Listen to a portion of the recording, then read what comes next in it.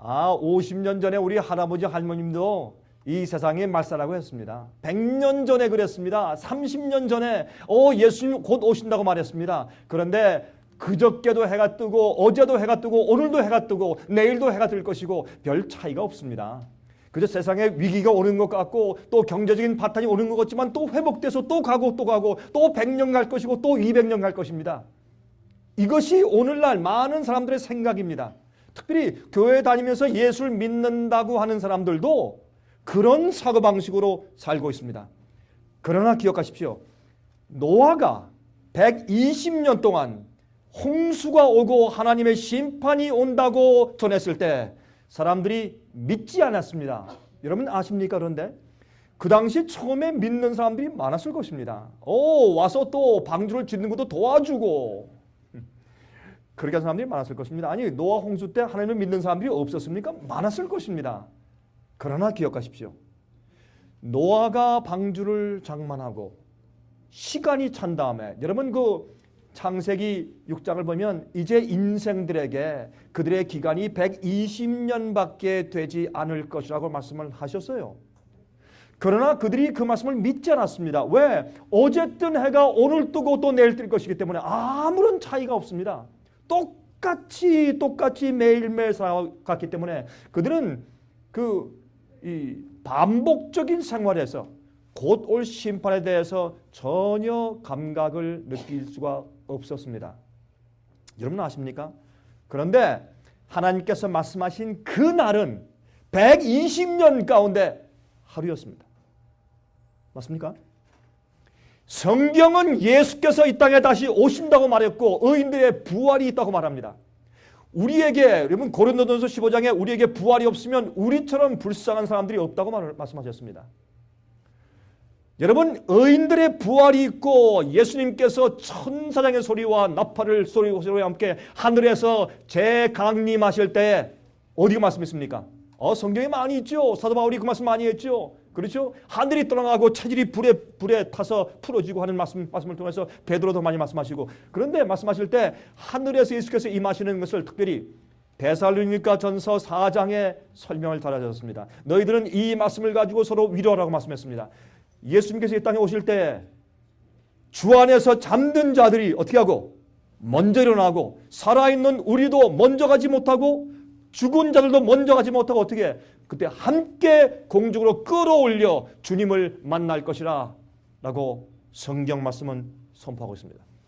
저는 성경을 있는 그대로 믿는 사람입니다. 여러분 어떻습니까? 여러분 성경을 있는 그대로 믿으십니까? 아닙니까? 여러분 성경을 있는 그대로 믿으시죠? 성경은 이렇게 말씀합니다. 믿음도 하나요? 주도 하나요? 침례도 하나요? 어떤 분들은 왜 목사님 침례입니까? 세례지. 좋습니다. 여러분 어떻게 부르시든지. 성경은 말하기를 믿음도 하나요? 주도 하나요? 침례도 하나요? 다시 말해서 오늘날 이 말씀을 이해할 때 어떤 성경학자는 이렇게 풀고 어떤 신학자는 저렇게 풀고 어떤 목사님 이렇게 설교하고 어떤 교파는 이렇게 말하고 어떤 교단이 이렇게 얘기하고 그래서 사람들이 그래요. 저렇게 이제 세미나를 하고 다니면 목사님 어떤 때는 혼돈됩니다. 무엇을 어떻게 믿어야 할지 모르겠습니다. 이렇게 인간적인 생각들이 너무나 많기 때문에 오늘날 참 무엇을 어떻게 믿어야 될지 혼돈되는 세상인 것만큼은 사실입니다. 그러나 기억하십시오. 예수께서 오시는 날도 하루입니다. 여러분들이 취사 선택해서 믿는 거 여러분 자유입니다. 뭐 누가 여러분에게 강요해서 이렇게 믿어라 저렇게 믿어라 누가 합니까? 여러분 자유입니다. 여러분들이 어느 교파에 어느 교회를 다니시는지 그러나 믿는 바는 여러분 자유일 것입니다. 그렇죠? 그러나 우리 한 가지 분명하십시다. 성경에서 말씀하시는 가르침은 하나입니다. 예수께서 재강림하시는 방법을 설명하는 것도 한 가지입니다. 우리가 어떻게 거듭나는 것인가 하는 것도 하나입니다. 예수님의 십자가의 보혈의 은혜를 믿고 믿음으로 구원받는다는 복음도 하나입니다. 아버지와 아들과 성령 삼위가 하나님이시고 세 분이 계시다는 것도 하나입니다. 성령께서 역사하실 때 어떻게 역사하시는가 하는 것도 하나입니다. 그러나 여기서부터 조금씩 이제 가르침과 이해가 달라지는 것들이 많이 있죠. 어떤 분들은 그렇게 말합니다. 아니 강 목사님 그 생애빚은 어디서 집회하면 어느 교회 가서 교회를 빌려서 아니면 어떤 교단을 빌려서 허락을 받고 집회를 하셔야지 왜 이렇게 따로 집회를 하시기 때문에 오해를 받으십니까? 거기엔 이유가 있습니다. 저희 생애빚은 어떤 교단이나 어떤 올가니제이션이나 기관에 속해 있는 단체가 아닙니다. 저희는 선교센터입니다. 저희는 텔레비전 방송을 하고 그 다음에 세미나를 하고 책자를 출판해서 우리가 뿌리고 그렇게 해서 어느 교파 어디에 어느 교회에 속해 있든지 막론하고 정말 말씀이 갈급하고 의를 사모하고 목말라서 영혼을 채우고 싶은 분들이 있으면 물론 여기 목사님들도 계시지만은 모든 목사님들과 모든 지도자들이 그 일을 하고 있죠. 그러나 하나님께서 주시는 또 부담과 사역과 또 임무들이 다 있지 않겠습니까? 하나님께서 선지자도 많이 있었던 것처럼. 그래서 우리도 주님께서 주시는 그런 사명감을 가지고 우리는 뭐 교회를 세우는 사람들도 아니고 숫자를 많이 모으려고 애쓰는 사람들도 아니고 우리는 만약 제가 그거 원했으면 저도 서울 가서 메가철치를 만들었죠. 저 그런 데 대해서 관심 전혀 없습니다. 저는 뭐 생애빚에 뭐 사람들이 뭐 1000명 모인다, 500명 모인다, 뭐 50명 모인다 상관없습니다. 제가 한 번은 어디 가서 집회하려고 가니까 딱 5명 모여 있더라고요. 5명. 전 5명 모이는데 500명 모인 것처럼 외쳤습니다. 무슨 상관입니까? 5명 오면 어떻습니까? 그 5명 때문에 하나님께서 큰 역사를 그것을 이루실지도 모르는데. 그런 건 제가 벌써 떠났습니다. 제가 사람들 인기, 자랑, 영광, 명예 뭐 올라가는 거 뭐 한 번은 제가 제 친구 목사라고 만나니까 야, 이 강 목사 요새 기적 행하는 능력 없으면 요새 인기 없어. 또 요새 이렇게 목사들 모이면은 누구는 교회에서 BMW 사줬대. 누구는 뭐 벤츠 S 클래스 사줬대. 뭐 이런 자랑이나 하고. 저 그런 데 상관없습니다. 제가 그거 회개했습니다. 죄송하지만. 저 목사로서 인간적인 욕심과 자랑과 명예 몽땅 저 앞에 회개했습니다. 저는 한국에 가서 교육자들 세미나, 목사님들과 함께 말씀을 연구하는 집회를 제가 한국에서 지금까지 13번 했습니다. 어떤 도시 가니까 목사님들이 100명 모이고 어떤 곳에 가니까 200명 모이고 어떤 곳에 가니까 300명 어떤 곳에 가니까 50명 모이고 제가 목사님들과 전도사 이런 교육자들과 제가 세미나를 갔다 한국에서 13번 했습니다.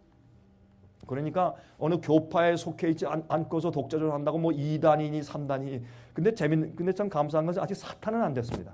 사단은 2단 소리까지는 들어봤는데 그런데 제가 뭐 지금까지 제가 강의하고 가르치는 것이 몽땅 다 글로 나왔고 몽땅 책으로 나왔고 몽땅 DVD, CD로 다 나와 있으니까 제가 몰래 숨어서 가르친 것이 하나도 없습니다. 몽땅 다 있으니까 전 하는 얘기 좋습니다.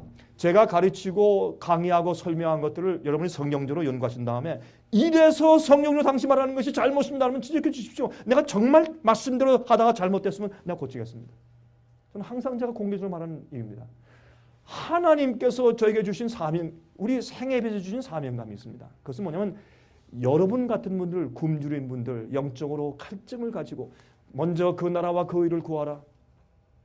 그런 간절한 심령을 애쓰는 사람들, 그런 분들에게 진리의 빛을 비추고 말씀의 빛을 더 던져주고 성령의 은혜를 더 받게 해주고 하나님과 더 가까이 나가게 하고 예수님께 가까이 나가게 만들어드리고 혹시 복음을 타협하거나 잘못 오해하고 있으면 그것은 치명적인 독이니까 여러분 예언을 조금 다르게 푸는 거 뭐 그것 때문에 멸망당할 필요는 없을 겁니다.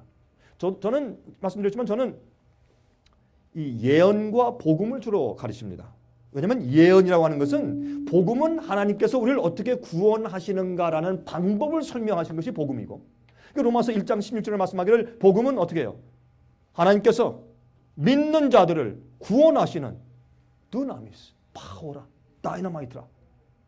그래서 믿음으로 믿음에 이르게 한다. 그래서 이 복음이라는 것은 하나님께서 우리를 어떻게 죄에서 구원하시는가를 설명하신 것이 복음입니다. 두 번째, 예언은 무엇인가? 하나님께서 이 세상을 어떻게 주관하시는가를 보여주시는 것입니다. 예언은 점쟁이처럼 앞으로 어떻게 될 것이다 라고 프리딕션 하는 것이 중요한 것이 아니라 예언된 사건들이 이루어질 때 우리가 이정표를 알고 지나갈 때마다 여기가 시카고 시얼스 타워구나. 이거 지나가면 행콕 타워가 있겠구나. 조금 지나가면 어디 시코키가 나오겠구나. 이렇게 이정표를 보는 것처럼 성경 예언의 성취를 볼 때 주의 말씀이 확실하다 라는 우리 마음 가운데 믿음의 확증을 주기 위해서 예언이 주어졌고, 또 예언을 보면은 이제 예언이 앞으로 지나갈 때 마귀의 함정이 무엇이며 마귀의 유혹이 무엇이며 또한 교회를 깨뜨리기 위한 마귀의 계획이 무엇인지 앞으로 어떤 일들이 일어날 것인지에 대해서 우리가 주의를 가지고서 주의해서 함정에 빠지지 않고 피해서 잘 갈 수 있도록 주신 지도가 예언입니다. 자, 그러할지인데 예언은 누구를 위한 것입니까? 참 하나님을 믿는 사람들을 위한 것입니다. 우리가 진심으로 성령 안에 거듭나서 마귀에 속한 것이 아니라 예수 안에 속해 산다면 예언은 우리 것입니다.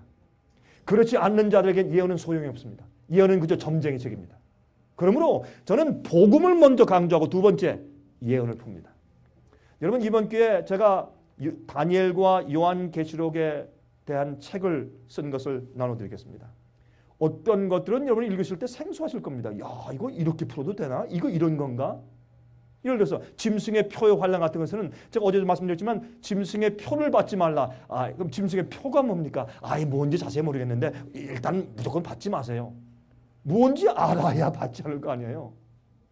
짐승의 표를 주로 강조하고 666을 강조해요.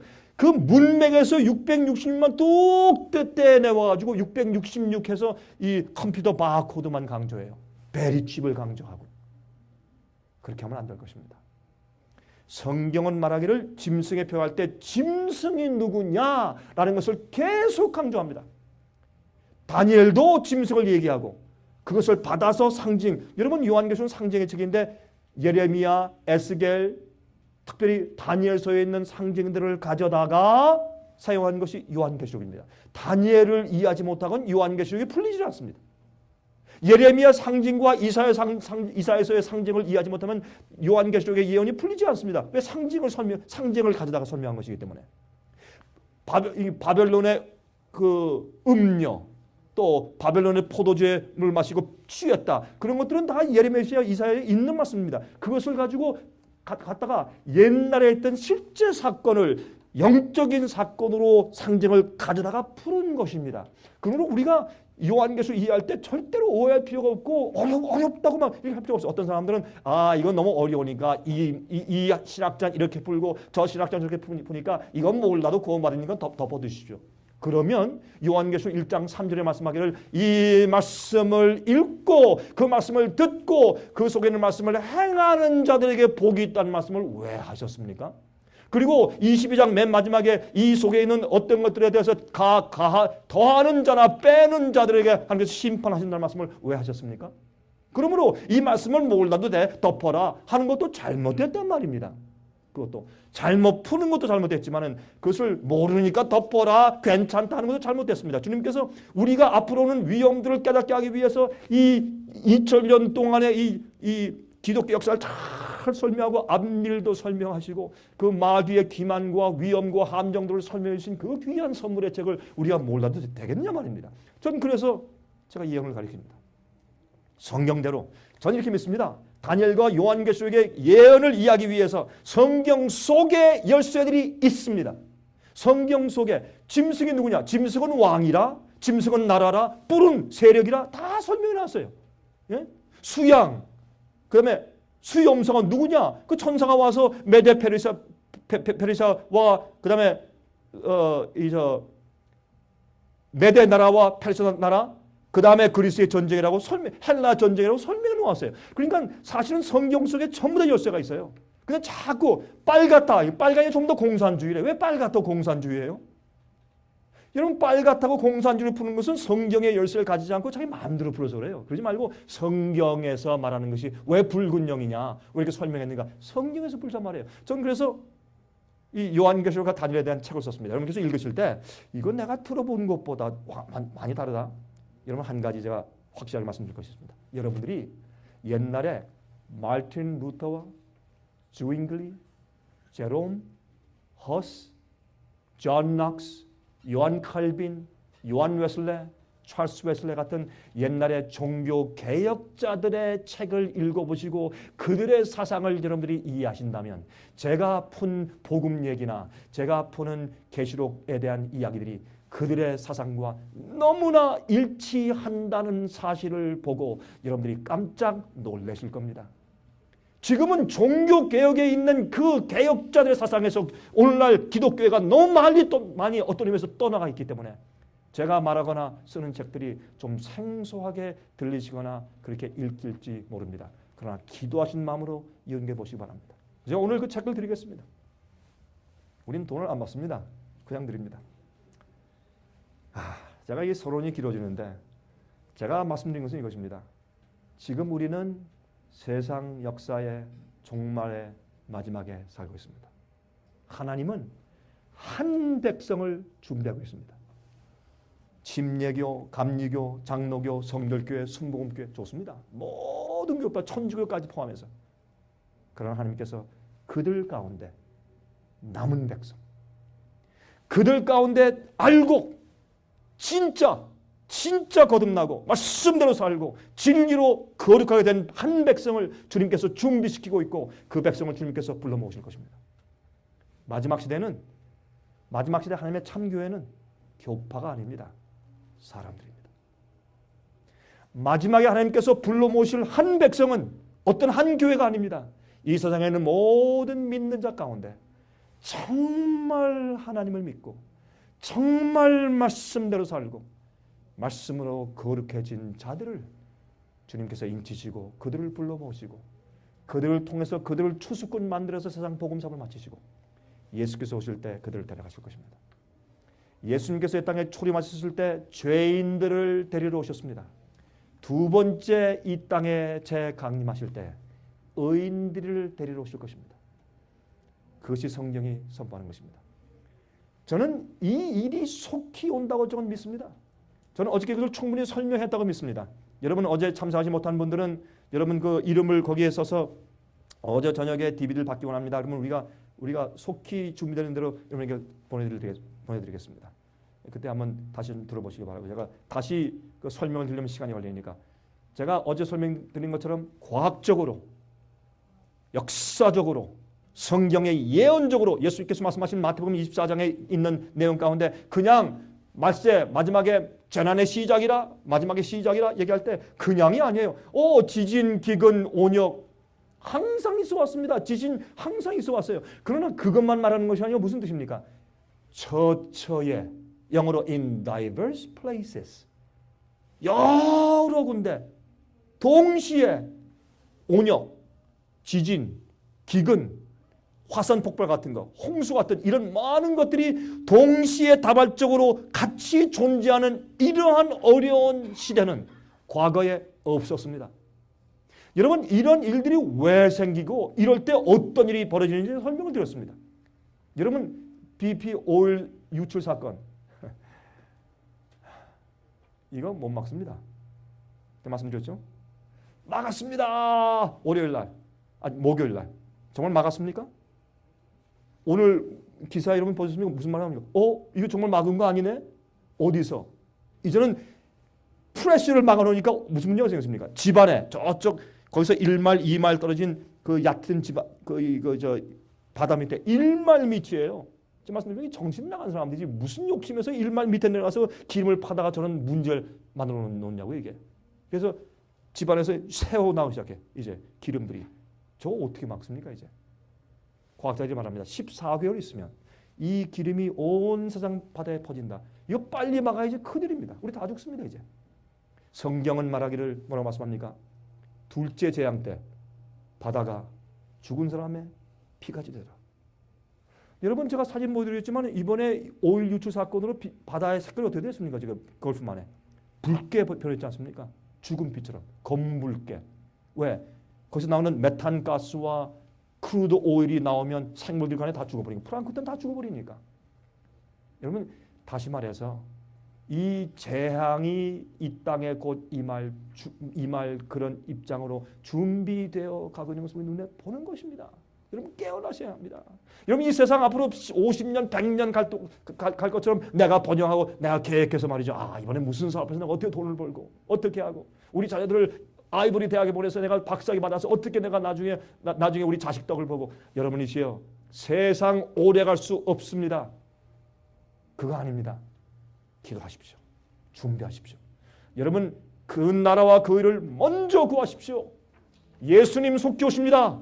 저는 그것을 항상 얘기합니다. 여러분 그러나 많은 사람이 믿지 않았습니다.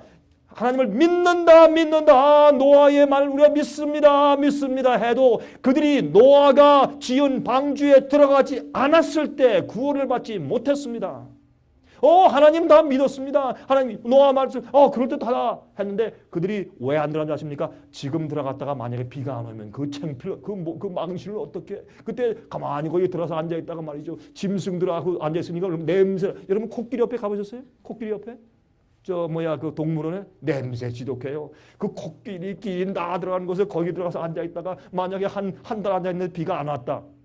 그때 꾸역꾸역 기어 나오려면 그 망신을 어떻게 사람들 다 보는데. 그러니 여보 그러지 말고 진짜 비가 떨어질 때 그때 들어갑시다.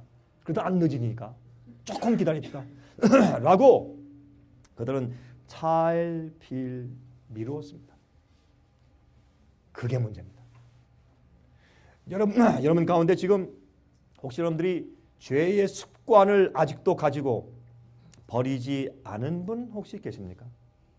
여러분들이 나는 어떤 죄의 습관에 지금도 노예되어 있는데 내가 버리긴 버려야 할 텐데 아직도 내가 가지고 있다는 양심적으로 아는 분들 계시죠? 큰일 납니다. 오늘 당장 회개하고 주 앞에 굴복하십시오. 여러분 내일 아침에 깨어날 그런 보장이 우리한테 없습니다. 우린 그렇게 살아야 합니다. 믿음으로 하루하루 하나님께 굴복되고 잡혀진 그런 생활을 살아야 합니다. 예? 우리는 하나님과 함께 게임하면 안 됩니다. 죄와 게임을 하면 안 됩니다. 그래서 주께서 말씀하신 대로 방주를 지었고 들어갔습니다. 성경 말씀대로 살아야 합니다. 예수님께서 오신 날도 하루입니다. 그렇죠? 그런데 그들이 그렇게 기다렸을 때 비가 정작 오기 일주일 전에 은혜 문이 닫혔습니다. 제 말이 틀렸습니까? 예수님께서 이 땅에 두 번째 오시기 전에 이 세상엔 모든 의인들과 악인들의 운명이 결정지어져 버립니다. 은혜 시간이 먼저 끝나버립니다. 더 이상 회개할 기회가 없습니다. 이제 진짜가 왔다. 이제 회개하고 어떻게 해야 되겠네. 늦었습니다. 옛날 예수께서 말씀하기를 인자의 때는 노아의 때와 같다고 말씀하신 것입니다. 기억하십시오. 그러므로 오늘은 제가 어제 저녁에 이젠 틀림없이 우리가 이 마지막 시대에 살고 있다는 것을 설명을 드렸고 이 포커스를 좀 맞춰주시겠어요? 예, 포커스가 좀 약간 좀 흐린 것 같은데 한번 나와서 포커스 맞춰주세요. 그런데 오늘은 하나님께서 이 마지막 시대에 주님께서 역사하시는 그 복음의 역사, 한 백성을 주님께서 준비시키고 있는데 그 백성들이 누구냐 하는 것을 설명을 드릴 것입니다. 좀 잘 들어보시길 제가 부탁을 드립니다. 여러분 비행기 내릴 때 보시면 비행기가 내릴 때 그냥 내리는 거 아닙니다. 관제탑의 명령을 받습니다. 그렇죠? 관제탑의 명령을 받지 않으면 내릴 수가 없습니다. 그래서 이 어떤 데는 비행기가 내리지 못하고 어떻게 해요? 이 위에서 계속 뱅뱅 돕니다. 그렇죠? 그 명령을 받고 잘못 내리면 부딪힙니다. 죽습니다. 그래서 반드시 관제탑의 명령을 받아야 됩니다. 그래서 안전하게 내리는 것입니다. 자, 그런데 우리가 이 비행사를 보고 이렇게 말한다면 그 비행사 정말 율법주의네. 예? 정말 그 꼬장꼬장 바리새인처럼 율법주의네. 뭐 적당히 하지 무슨 뭐 관제탑 명령을 가라 그러면 가고 오른쪽으로 가면 오른쪽으로 가고 내리지 말라면 빙빙 돌고 왜 그렇게 꼬장꼬장하게 고만만 듣고 있나? 그럴 수 있어요, 없어요? 그러면 안 되죠. 이 조동산 말이죠. 관제탑의 명령을 철저히 경찰 그대로 따라야 합니다. 안 그러면 죽습니다. 성경 말씀은 하나님의 권위 있는 말씀입니다. 여러분 말씀대로 믿고 살지 않으면 여러분 죽습니다. 적당히 회개하죠? 죽습니다. 예수님이 십자가 비리니까 나 다 끝났고 내가 죄를 가지고 있고 내가 뭐 이렇게 해도 괜찮다. 나 이미 구원받았으니까 여러분 죽습니다. 성경은 그렇게 말씀하지 않습니다. 그러므로 하나님 말씀대로 우리가 영생에 들어가야 합니다. 진리의 관제탑이 있습니다. 이 지구상에는 비행기를 내리게 하는 관제탑이 있는 것처럼 우리를 영생케 하고 하늘로 인도하는 진리의 관제탑이 있습니다. 그것이 성경 말씀입니다. 이 말씀, 하나님 말씀대로 이해하고 살아야 합니다. 어떤 사람들 말하기를 근데 말씀을 어떤 신학자가 저런 신학자는 이렇게 저렇게 해석하는데요. 여러분 만약에 말이죠. 우리가 성경 말씀을 이해할 수 없도록 어렵게 씌워놓은 것이면 주님께서 처음부터 이 성경 말씀을 주시지 않았을 겁니다. 간단하게 예수님이다. 골고다에서 죽으실 것이다. 그분 믿어라. 그럼 다 구원이다. 아니면 하나님께 고개를 들어라. 아니면 예수 이름을 산에 올라서 10번만 복창해라. 다 구원할게. 이렇게 쉽게 하시지. 뭐 때문에 잔뜩 성경 말씀 66권을 주시고 그 안에 별 말씀들이 다 있어요. 뭐 하지 마라. 뭐 하라. 많아요. 그건 율법이고 그냥 뭐 예수 믿으면 되지. 정말 그렇습니까? 여러분 성경을 잘 보세요. 그렇게 되어 있지 않아요. 우리가 정말 하나님 사랑하고 정말 죄인임을 느끼고 십자가 앞에 무릎 꿇으면 겸손하게 되면 주님의 모든 말씀을 다 받기 위해서 마음이 완전히 열리게 되어 있어요. 그리고 성령의 은혜를 받고 간구하고 지혜를 가지고서 가만히 말씀을 읽으면 누구나 이해할 수 있어요. 한글만 읽으면 이해할 수 있어요. 옛날에 중세기예요. 왜 성경을 교회에서 읽지 말라고 그러는 줄 아세요?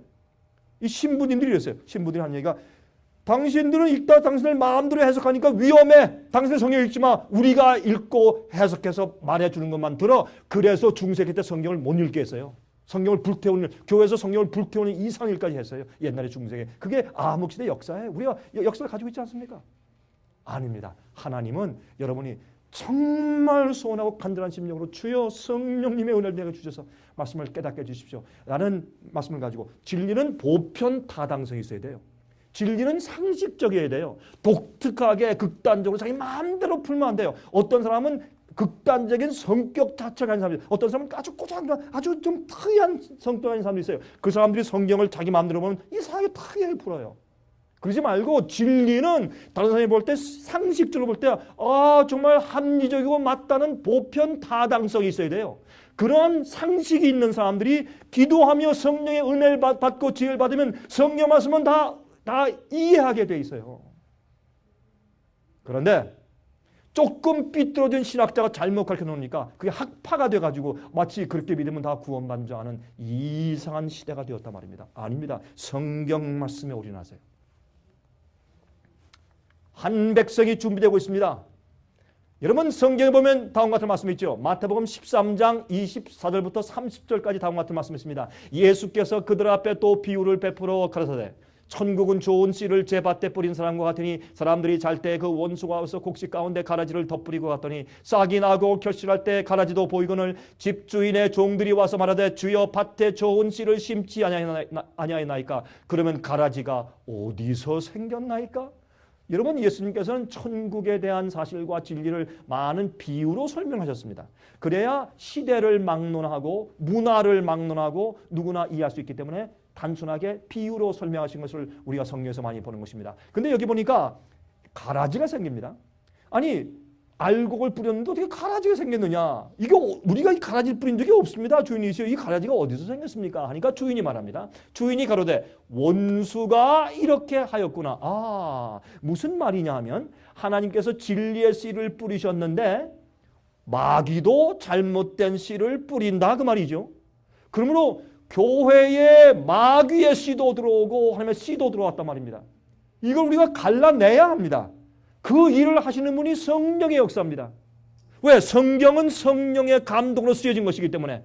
그렇죠? 그래서 우리가 성령을 받는다 못한 사람들은 성령을 받는다 그러면 금식하고 기도원 가고 그래서 어떤 사람 제가 만나보니까 그랬지. 집에서 목사님 저 성령 받았습니다. 어떻게 성령 받으셨습니까?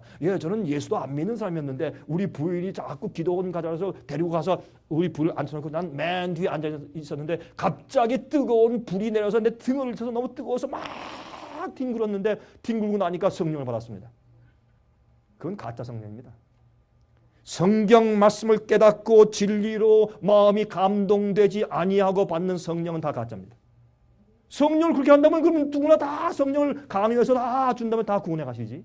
하나님은 우리의 의지에 굴복 없이 아무도 강요해서 강제로 하늘에 데려가시지 않으십니다. 그렇게 할 수 있다면 벌써 다 끝내버리지 왜 이렇게 오래 기다리십니까? 그거 아닙니다. 그러므로 여러분 여기에 마귀도 잘못된 씨를 뿌립니다. 오해시키고 그렇죠? 자, 원수가 이렇게 하였구나. 종들이 말하되 그러면 우리가 가서 이것을 뽑기를 원하시나이까? 주인이 가로되 가만두어라. 참 이 주인이 하나님의 자비가 바로 하나님의 이 지혜가 이런 것이겠죠. 주인이 가로되 가만두어라. 가라지를 뽑다가 곡식까지 뽑을까 염려하노라. 우리가 교회 안에서요. 내가 딱 보니까 당신은 선교활동 열심히 하고 11조 잘 드리고 열심히 하니까 교회도 열심히 하고 청소 잘 하니까 당신은 알고 있고 당신은 좀 게으르니까 당신은 가라지 같아. 라고 우리가 막 뽑아버리면 어떻게 됩니까? 문제가 생깁니다. 그래서 알곡과 가라지는 누구만 합니까? 하나님만 하십니다. 당신 알고 나 알고 저 사람은 가라지 이럴 수 없단 말입니다. 이건 사람이 할 수 없어요. 하나님이 하세요. 그런데 언제 하시는가? 추수 때. 그런데 한 가지는 어느 정도는 우리도 판단할 수 있게 되죠. 어느 정도 보면 저 사람은 알곡일 수가 없다. 사기치는 장로가 알곡일 수는 없죠. 그렇죠? 그러니까 어느 정도는 알 수 있어요. 그러나 궁극적으로 심판은 하나님이 하신다. 그러나 알곡과 가라지는 교회 안에 있다. 그러면 우리가 어떻게 알곡되는 것인가를 알아야 되지 않겠어요? 무엇이 알곡인지를 알아야 되지 않겠어요? 그래 우리 준비할 것 아니에요. 예? 여러분 우리가 같은 장소에서 한 교회에서 예배드리고 있는데 어떤 사람들은 앞으로 영생에 들어가고 어떤 사람은 멸망당할 거예요. 그거 어떻게 되는 거예요 도대체? 같은 말씀을 듣고 같은 목사님을 섬겼는데 왜 그런 일이 생기냐 말이에요. 여러분이시여 알곡과 가라지가 어떻게 갈라지는지 그 일을 우리가 이해해야 합니다. 무엇이 관건인지를 이해해야 합니다. 성경 말씀대로. 예? 여러분이 알곡과 가라지는 땅 밑에서 뿌리가 이렇게 섞여 있어요. 이렇게 꽉 이렇게. 예? 이렇게 같이 이렇게 돼 있으니까 가라지를 뽑다가 알곡까지 뽑혀요. 문제가 생겨요. 뭐 이렇게 나누면 그러므로 가만두어라. 나중에 추수 때 보면 알곡과 가라지가 딱 분명히 이렇게 보여요. 그때 어떻게 돼요? 전부 뽑아. 가라지와 알곡을 그때 가르를 수 있어요? 다 추수에 뽑을 때 먼저 가라지를 불에 태우고 알곡을 거둬요. 창고에 둔다고 그렇게 말씀을 했어요. 이게 주님의 방법이에요. 여러분이요, 지금 하나님의 심판이 없는 것 같지요? 저는요, 하나님이 두렵습니다. 무서운 게 아니에요. 저는 제 하나님이 두렵습니다. 제가 말할 때 제 개인의 인기를 위해서 말하면 전 두렵습니다. 내 개인의 영광 위해서 혹시 말하거나 하면 전 두렵습니다. 왜? 하나님이 저에게 손가락 하나 대실 때 저는 비참하게 죽어버리니까 아무것도 아니니까 제 인생은 아무것도 아닌 것을 제가 깨닫고 알았기 때문에 저는 하나님이 두렵습니다. 제가 성경 말씀 그대로 가르치고 뭐 사탄 되고 3단 되고 2단 되고 그게 중요한 게 아니에요. 사람들한테 미움받고 뭐 이상하다가 무슨 뭐 그런 소리는 그게 중요한 게 아니에요. 내 하나님이 마지막 날 심판하실 때 내가 정말 싹군이 아니고 진짜 목자로서 말씀대로 진실되게 주께 주신 성령의 감동대로 했느냐? 아니면 내 인기를 위해서 내 어떤 성공을 위해서 일했느냐? 하나님이 저를 심판하실 것이기 때문에 저는 하나님이 두렵습니다. 저는 정말 매일 저 주님이 두렵습니다. 사실입니다. 하나님의 제 마음을 아십니다. 그러므로 주의 심판은 옵니다. 여러분 지금 아무 일도 생기지 않고 조용한 것 같죠? 하나님의 천사들이 우리를 보고 있고 주님께서 기록하신다고 했고 하늘의 책에 주님께서 심판하고 계십니다. 기억하십시오. 알곡과 가라지가 동시에 자라고 있습니다. 여러분들은 알곡입니까? 가라지입니까? 둘 다 추수 때까지 함께 자라게 두어라. 추수 때에 내가 추수꾼들에게 말하기를 가라지는 먼저 거두어 불살에게 단으로 묶고 곡식은 모아 내 곡간에 넣으라 하더라. 여러분 아십니까? 요즘에는요. 가라지는 가라지들끼리 알곡은 알곡끼리 뭉칩니다. 끼리끼리 합치게 되어 있습니다.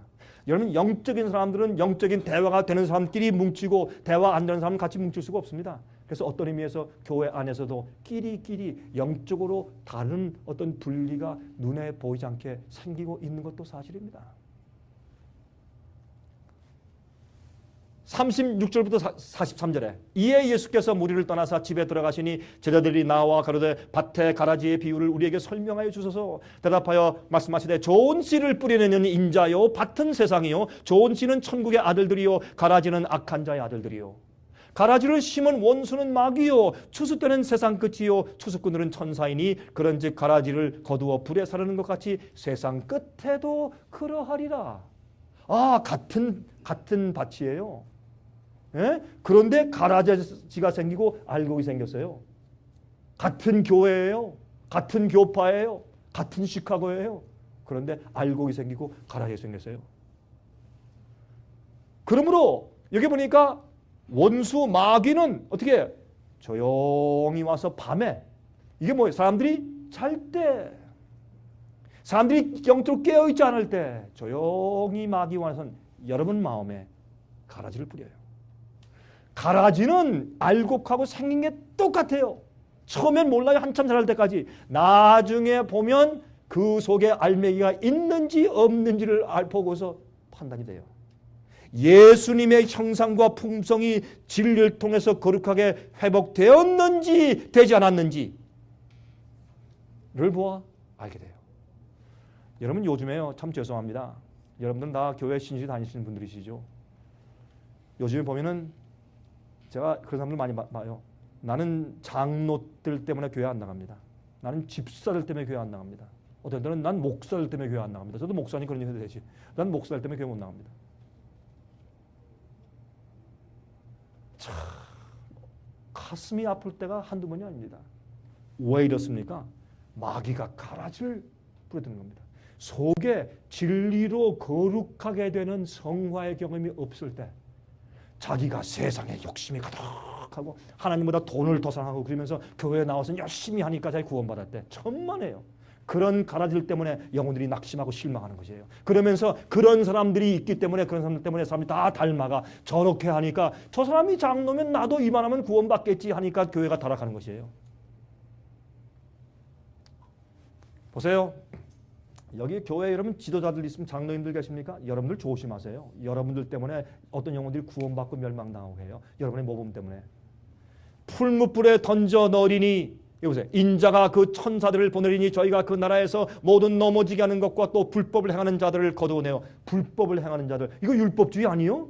불법이 뭐예요? 계명을 어기는 것이에요. 법을 어기는 것이에요. 아니 그러면 이거 율법주의네. 예수님께서 율법주의 말씀하셨네. 아니에요. 하나님께서 예수께서 말씀하기를 너희가 나를 사랑하느냐? 내 계명을 지켜야 했어요. 주께서 말씀하신 말씀대로 사는 것은 정도요. 그렇게 안 하면 죽어요. 아 예수 믿기만 하면 되죠. 아니에요. 주께서 말씀하신 대로 사셔야 돼요. 난 죄인인데 죄인으로 태어나서 어떻게 그게 가능합니까? 난 주님의 뜻대로 다 못 삽니다. 그러니까 내가 죄인이니까 은혜로 믿음으로 구원받는 것이죠. 아니죠. 그러니까 성령이 필요하죠. 성령은 여러분 속에 들어와서 주님의 뜻을 말씀과 주님의 율법이 내 속에서 이루어질 수 있도록 주시는 능력을 주시는 분이 성령이시요. 여러분 안 믿으세요? 마음대로 하세요. 여러분 제 말이 극단입니까? 마음대로 하세요. 여러분들 마음대로 선택해서 어차피 요즘에 그 기독교회는 뭐 뷔페 식당이니까 어차피 자기가 선호하는 걸 마음대로 골라 먹는 시대니까 여러분 마음대로 하세요. 그러나 기억하세요. 말씀대로 하세요. 성경 말씀대로 하세요. 우리는 성경대로 돌아가자고 하는 사람들이에요. 여러분 성경대로 돌아가서 말씀대로 안 하죠? 나중에 큰 낭패를 당합니다. 지금은 아무 일도 없는 것 같아요. 노아 시대 120년 동안 아무 일도 없었어요. 하루아침에 조용히 은혜문이 닫혔어요. 천사가 내려와서 문을 꽝 닫았어요. 더 이상 아무도 들어갈 수 없어요. 사람들이 그걸 몰랐어요. 비가 막 쏟아질 때 가서 문을 두드리면서 노아 할아버지 문 좀 열어주시오 소리쳤어요. 만약에 노아 할아버지가 그 문을 열 수 있었으면 문을 열고 짐승들 다 내보내고 자기 친구들 다 뒤려보냈을 거예요. 그러나 노아는 그 문을 열 수가 없었습니다. 하나님이 닫으셨습니다. 은혜문이 닫힙니다. 이 조용하고 아무 일도 생기지 않은 이때 여러분 성령 안에서 참으로 말씀대로 살고 거룩한 경험을 하십시오. 여보세요? 그때 의인들은 자기 아버지 나라에서 해와 같이 빛나리라. 귀 있는 자는 들을지어다. 여러분 다 귀가 있죠. 그러나 여러분들이시요, 여러분 가운데 귀 있는 자, 성령의 음성을 듣고 진리의 말씀을 정말 듣고 삼하는 정말 영적인 귀가 있는 자는 들으십시오. 싫습니까? 듣지 마십시오. 제가 늘 말씀드리죠. 우리가 여러분에게 보내드리는 책자, 월간지 아니면 제 DVD 뭐 이런 거 여러분 뭐 받으시고 다 읽으시고 들으시고 보시는데 여러분들이 그거 하시다가 이거 성령으로 안 맞는 것 같다. 나 이거 동의 안 한다. 그렇게 생각되십니까? 버리십시오. 믿지 마십시오. 뭐 우리가 여러분한테 무슨 뭐 강요하고 이렇게 믿으십시오. 뭐 우리가 여러분들 갖다 우리 교회 오십시오. 우리 교회 없습니다. 상해비선 교회 없습니다. 우리 교회 오십시오. 뭐 그렇게 합니까? 뭐 합니까? 여러분 자유예요. 마음대로 하십시오. 그러나 여러분의 선택은 기억하십시오. 여러분의 선택에는 여러분의 책임이 따릅니다. 말씀대로 하십시오. 여러분 추수 때에 가서 똑같은 밭인데 가라지와 알곡이 갈라집니다. 그때가 고도입니다. 여러분 노아 때에 그랬습니다. 엘리야 당시에 그랬습니다. 침례 요한 당시에 그랬습니다. 종교개혁 당시 그랬습니다. 항상 그때마다 주님께서 참된 백성과 가라지를 나누셨습니다. 여러분 마태복음 24장 37절부터 39절 노아의 때와 같이 인자의 맘도 그러하리라. 홍수전에 노아가 방주에 들어가던 날까지 사람들이 먹고 마시고 장가들고 시집가고 있으면서 홍수가 나서 저희를 다 멸하기까지 깨닫지 못하였으니 인자의 이 맘도 이와 같으리라. 시집가고 장가가고 먹고 마시고 그거 잘못 아닙니다. 그런데 왜 그것 때문에 멸망당했습니까? 그 세상에 사는 다반사 일을 하는데 몰두해 살다가 하나님의 명령과 주님의 경고의 말씀을 무시했습니다. 그리고 차일피일 미루었습니다. 그것이 문제입니다. 여러분 우리가 먹고 마시고 장가고 시집가고 누구나 하니까 다 하죠. 그러나 하늘에 중점을 둔 것이 아니라 자기 생활에 중점을 두었습니다. 지금도 마찬가지입니다.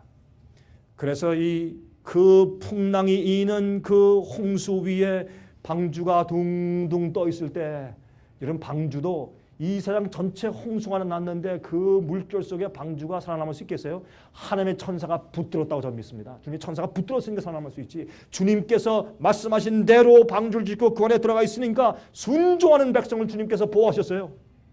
그러나 찰필 미루고 순종치 않은 백성들은 멸망당했어요. 어디서? 물에서. 그들이 멸망당하면서 얼마나 후회했겠어요.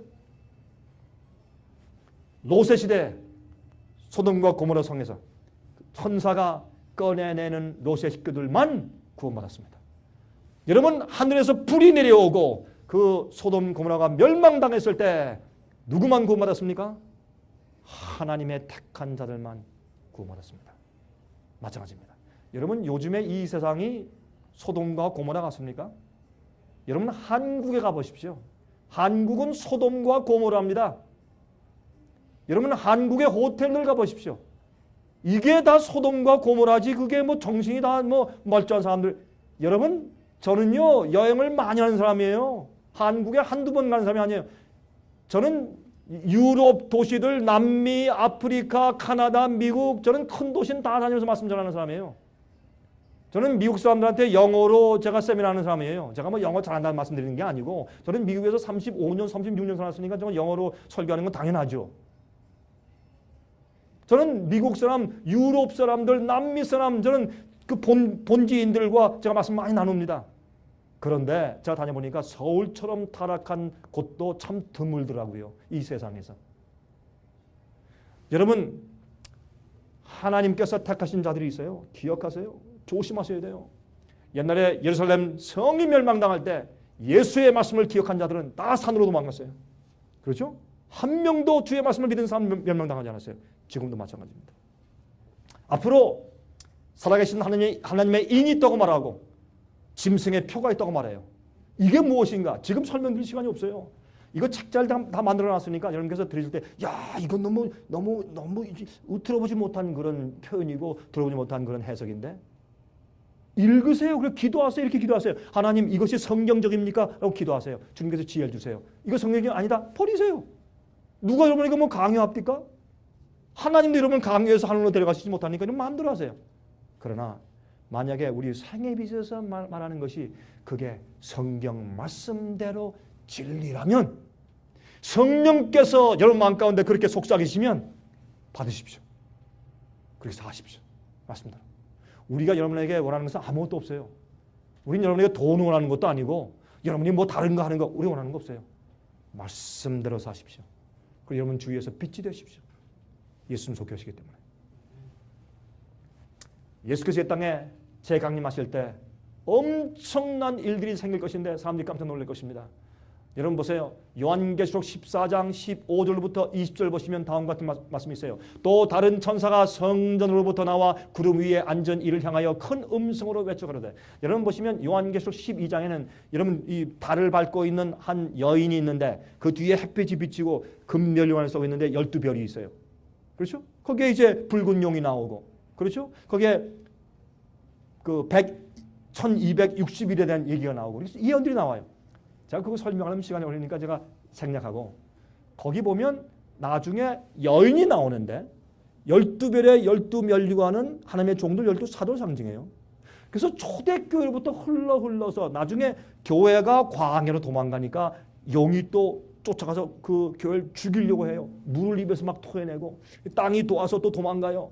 그래서 여러분 요한계시록 12장 17절 보시면 이렇게 말씀해요. 여기에 보면 용이 분노하여 돌아가서 하나님의 남은 자손인데 어떻게 표현했어요? 여자의 남은 자손. 12장 1절에 나오는 면류관에 12별이 있고 뒤에 세마포 옷을 입고 그 다음에 달 위에 서 있고 뒤에서 햇빛이 지고 햇빛 여러분의 해는 예수님의 의로 상징되어 있어요. 성경에. 예수님의 의의 옷을 입고 있는 그런 교회가 상징돼요. 그 교회가 흘러서 맨 마지막에 그 하나님의 참된 교회에 그 참된 초대교회의 그 가르침과 성품을 가지고 남아있는 여자의 남은 자손들이 생겨요. 그들은 하나님의 계명을 지키며 예수의 증거를 가지고 있다고 설명해요. 그렇죠? 그래서 사람들이 생겨요. 그런 하나님의 참된 마지막 교회를 쳐서 부수기 위해서 마귀가 어떻게 해요? 역사하는데 그 역사하는 것을 요한계시록 13장의 짐승의 표의 환난을 가지고 그들을 핍박해서 죽이려고 해요. 그렇죠? 여러분 핍박을 생각하면 핍박은 믿지 않는 자들이 믿는 자들을 핍박한 경우도 있어요. 특별히 로마 시대에. 그 이후에 핍박을 다 보세요. 핍박은 거의 다가 무슨 핍박입니까? 믿는 자들이 또 다른 믿는 자들을 핍박하고 죽인 것이 핍박이었습니다. 여러분 연구해보세요. 기독교 역사가 다 그런 피비를 나는 거 아니에요? 예? 교파끼리 싸우고 카톨릭 교회가 개신교인들 죽이고 개혁자 죽이고 믿는 자가 믿는 자를 죽이는 것이 핍박이었어요. 그러므로 이 핍박은 뭐냐 하면 가라지가 알곡을 핍박하는 것으로 항상 성경 역사에 기록되어 있는 것을 볼 수가 있어요. 마지막 시대도 그렇게 되는 것입니다. 여러분 제 말이 그렇게 여러분 아니라고 생각하십니까?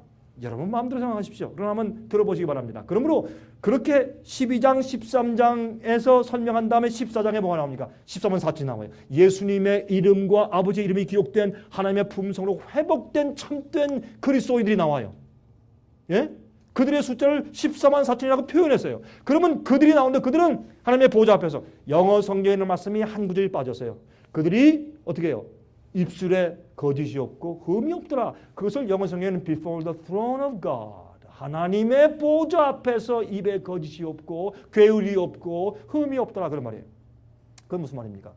여러분 입에서 나오는 거짓과 괴hul은 놀로스라는 헬라 말로 그건 무슨 말이냐면 여러분 이 나다나엘을 보고 참 이스라엘 사람이로다. 그의 마음 가운데 간사함이 없도다. 그렇게 말씀했죠. 예수님께서 나다나엘 보시고 그 간사함이 없다 하는 그 말이 돌로스예요. 그걸 괴hul이라고 번역했는데 돌로스는 뭐냐면 이런 낚시 바늘이 이렇게 딱 여기 낚시 바늘이거든요. 우리 마음 가운데 딱 낚시 바늘이 있으면 누구든지 와서 걸려요.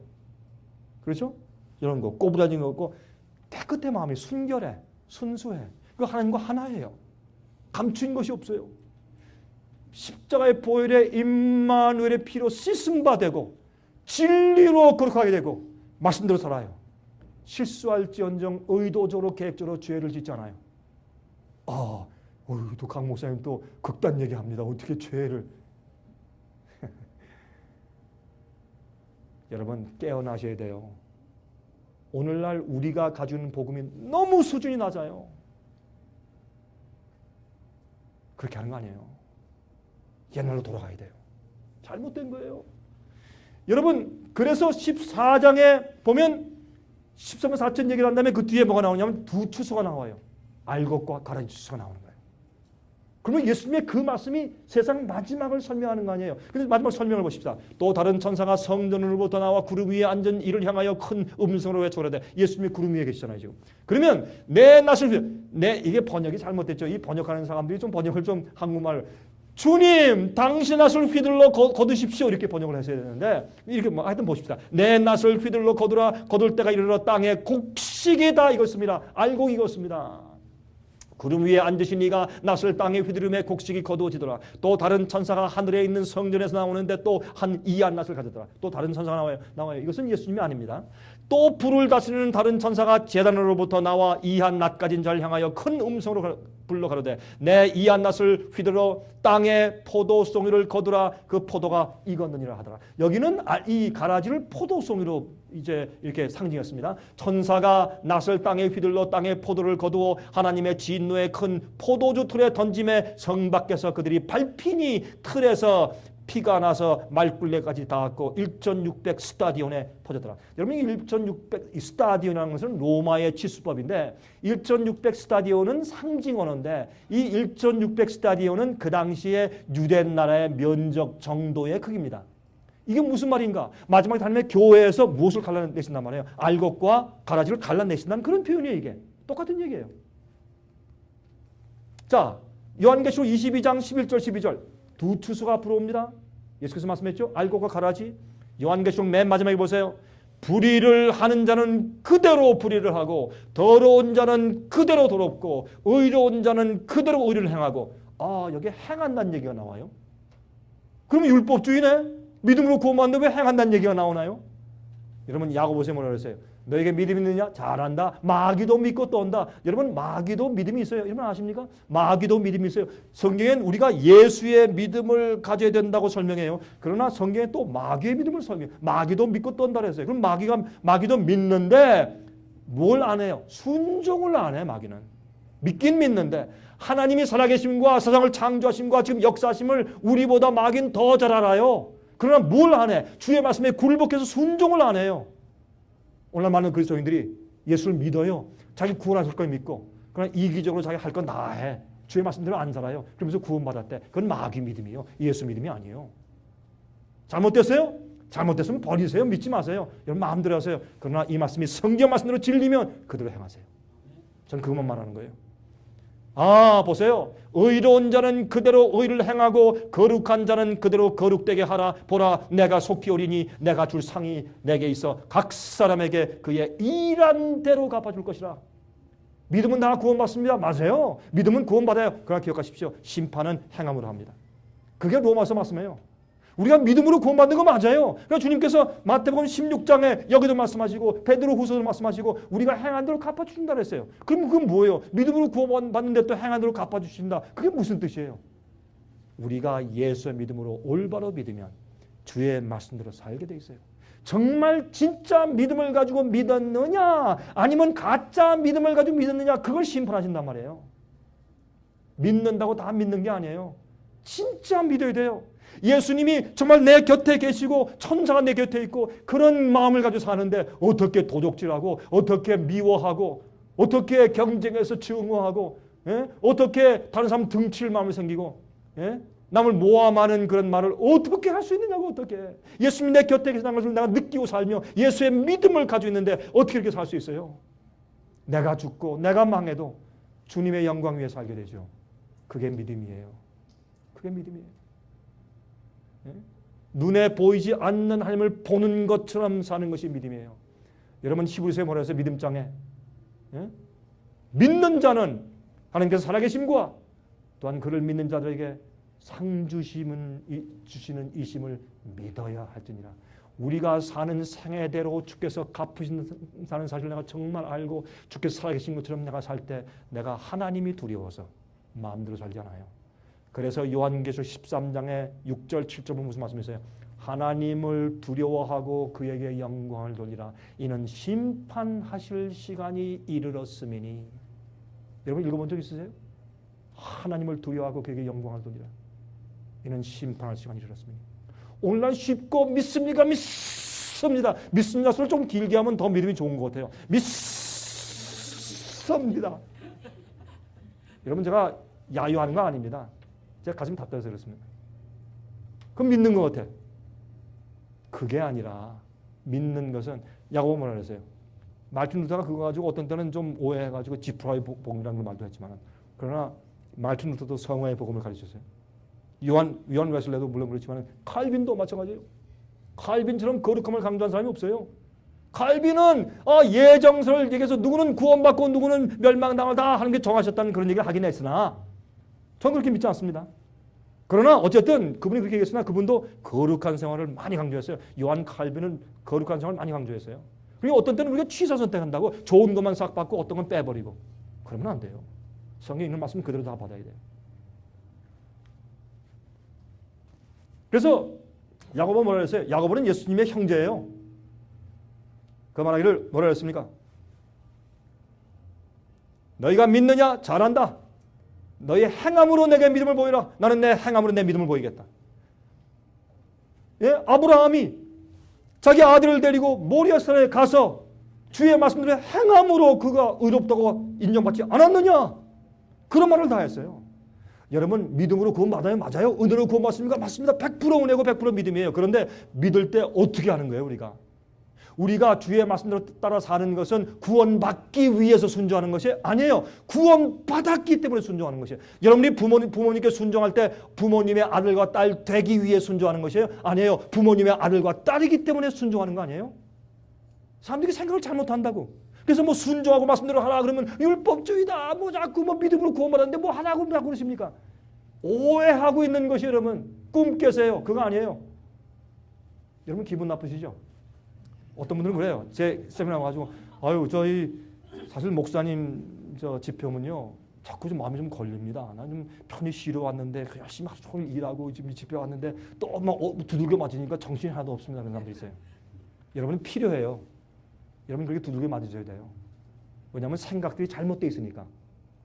이 사고방식이 잘못되어 있으니까 여러분 실컷 낮잠 자는데 깨워보세요. 참 기분 나빠요.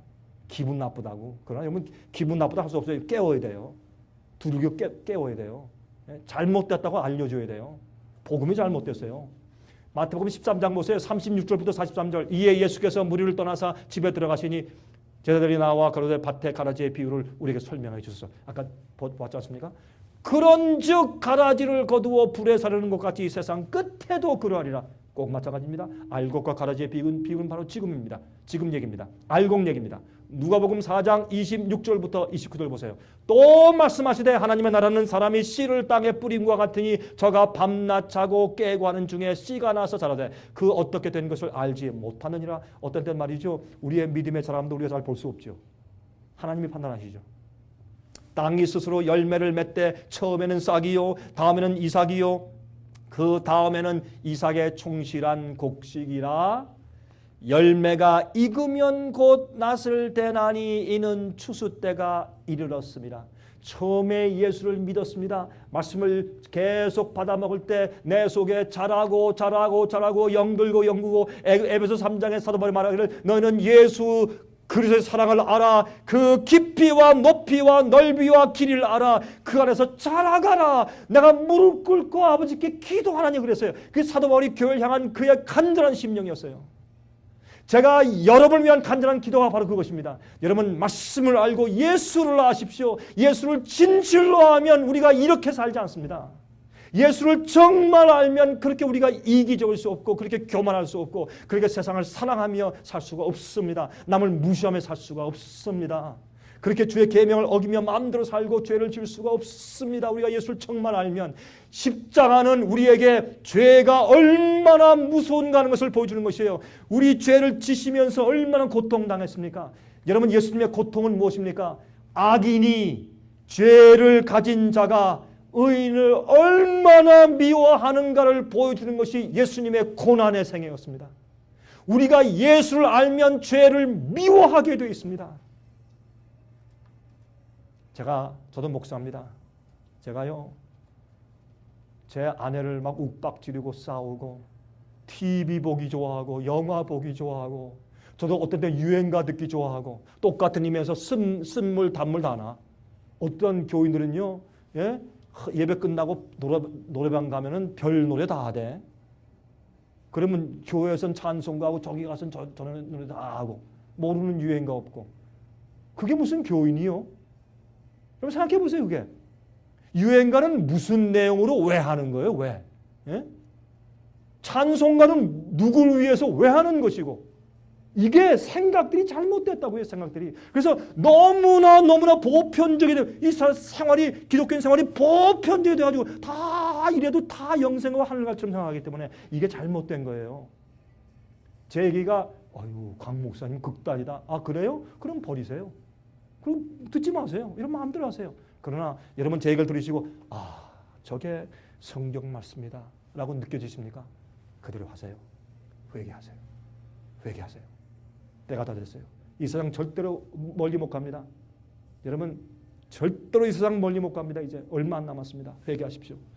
여기 보세요. 처음에는 이삭에 충실한 곡식이 되고 열매가 익으면 추수가 와요. 우리 속에 예수의 형상이 다시 회복돼야 돼요. 그게 알곡이에요. 추수 때는 가라지를 먼저 거두어 불에 태웁니다. 디모데후서 3장 1절부터 5절. 여러분 제가 지금 이 말씀을 읽겠습니다. 이게 가라지의 모양이에요. 이게 사도 바울이 디모데를 향해서 쓴 말씀 가운데 마지막 시대에 가라지는 이런 모습일 것이다 라고 설명합니다. 한번 들어볼까요? 디모데후서 3장 1절부터 5절. 내가 이것을 알라 말세에 말세네요. 마지막 시대네요. 말세에 고통하는 때가 이르리니 사람들은 자기를 사랑하며 하나님보다 진리보다 자기가 먼저야. 자기를 사랑하며 돈을 사랑하며 자긍하며 자긍하는 뭐냐? 자기 스스로 자만심이 있어요. 자긍해요.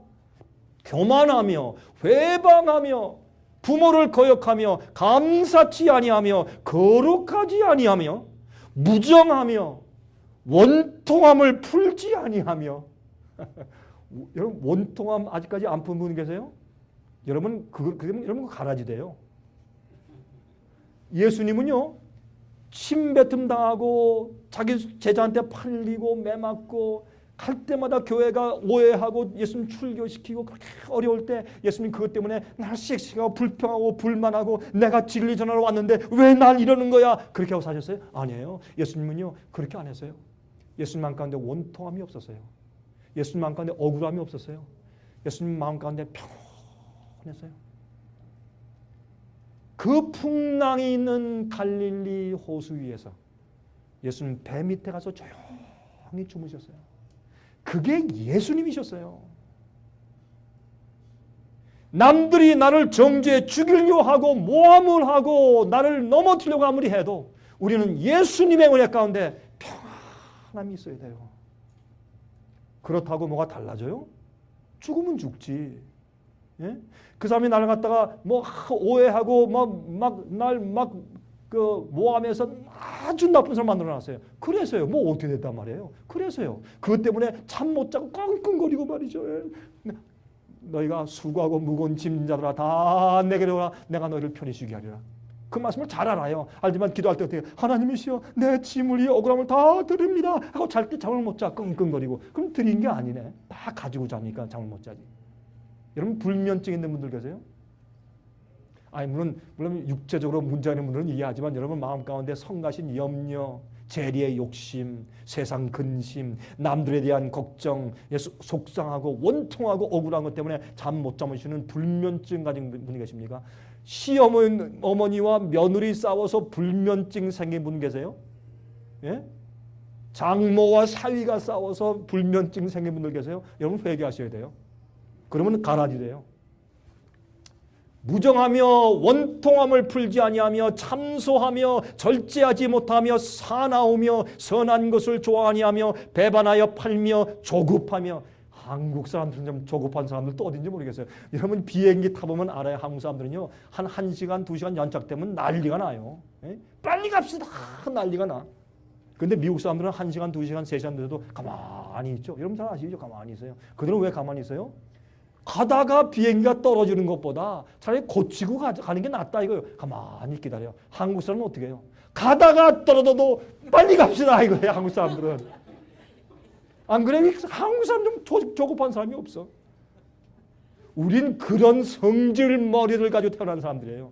그래서 우린 조심해야 돼요. 조급한 거예요. 저도 참 조급하거든요. 전 주님의 은혜로 많이 고쳤습니다. 하나님의 은혜로. 예?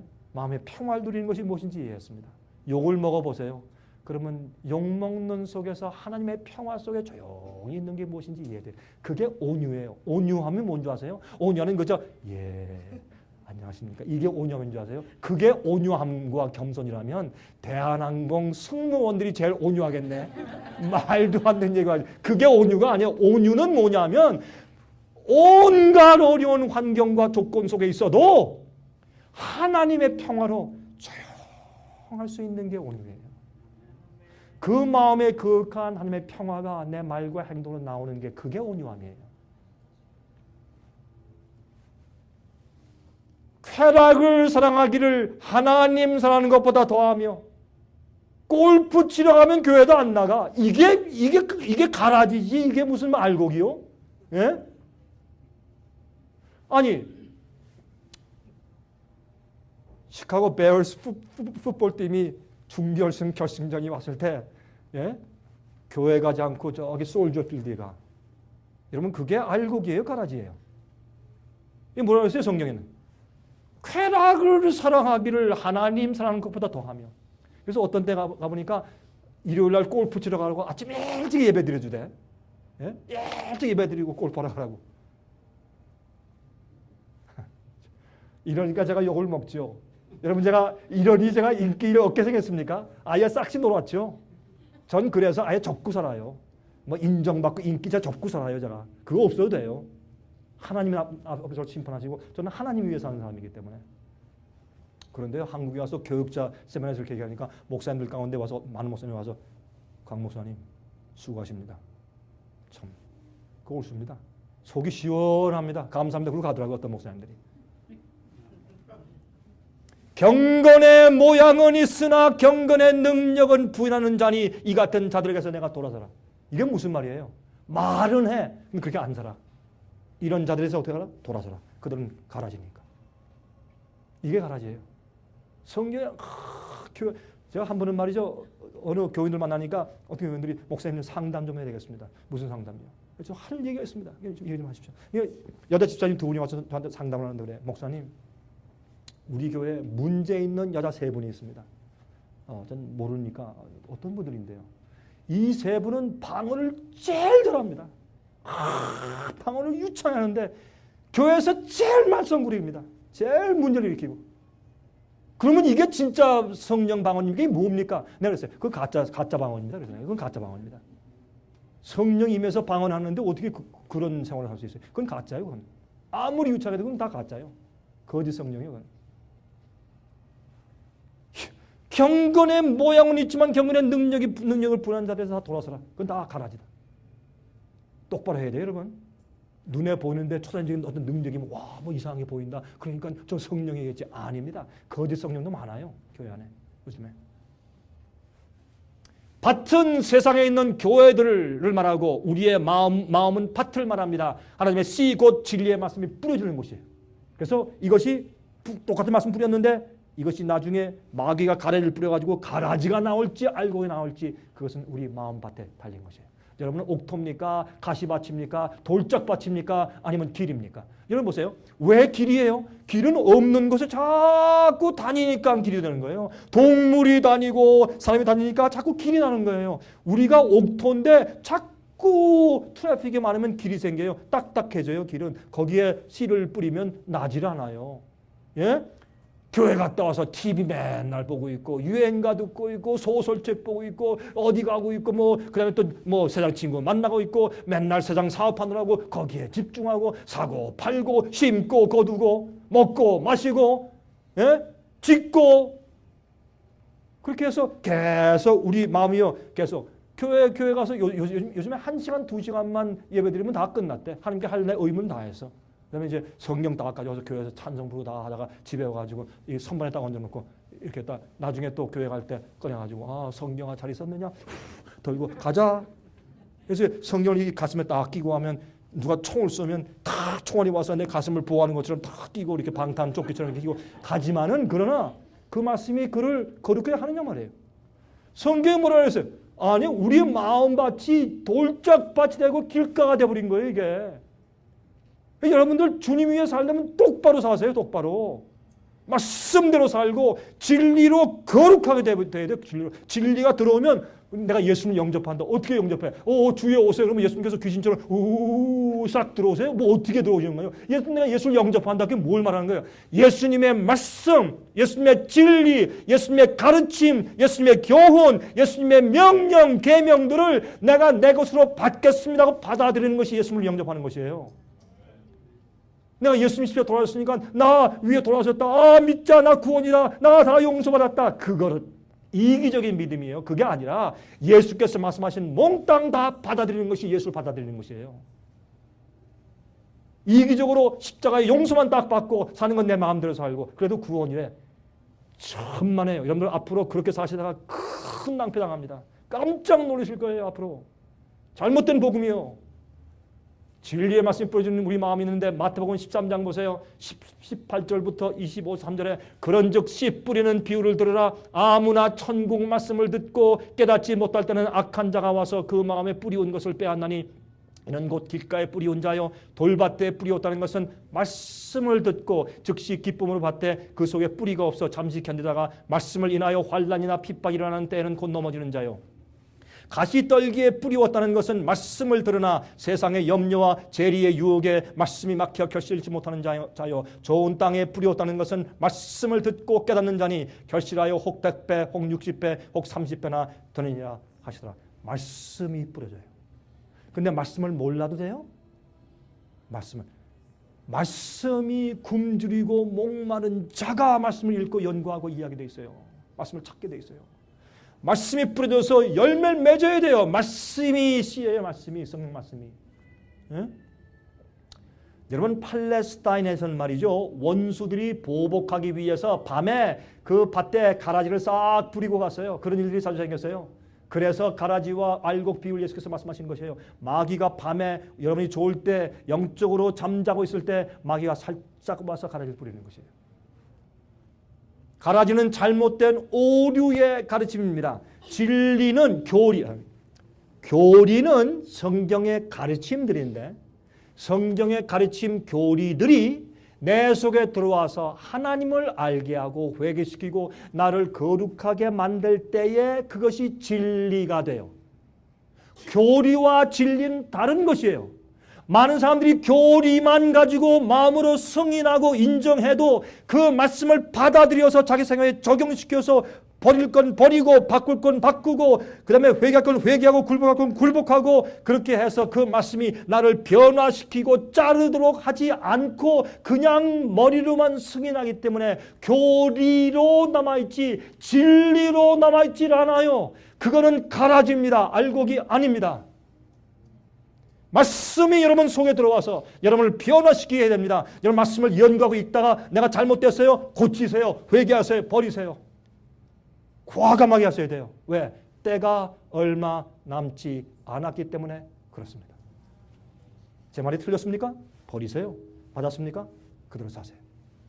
여러분의 선택입니다. 가라지는 알곡과 흡사하며 곡식들에게 해를 끼칩니다. 마태복음 22장 29절에 예수께서 대답하여 말씀하시되 너희가 성경도 하나님의 능력도 알지 못하는 거로 오해하였도다. 사람들이 말씀을 읽으면서 사람들이 성경 말씀을 오해해요. 마가복음 12장 27절 하나님은 죽은 자의 하나님이 아니요 산 자의 하나님이시라 너희가 크게 오해하였도다 하시니라.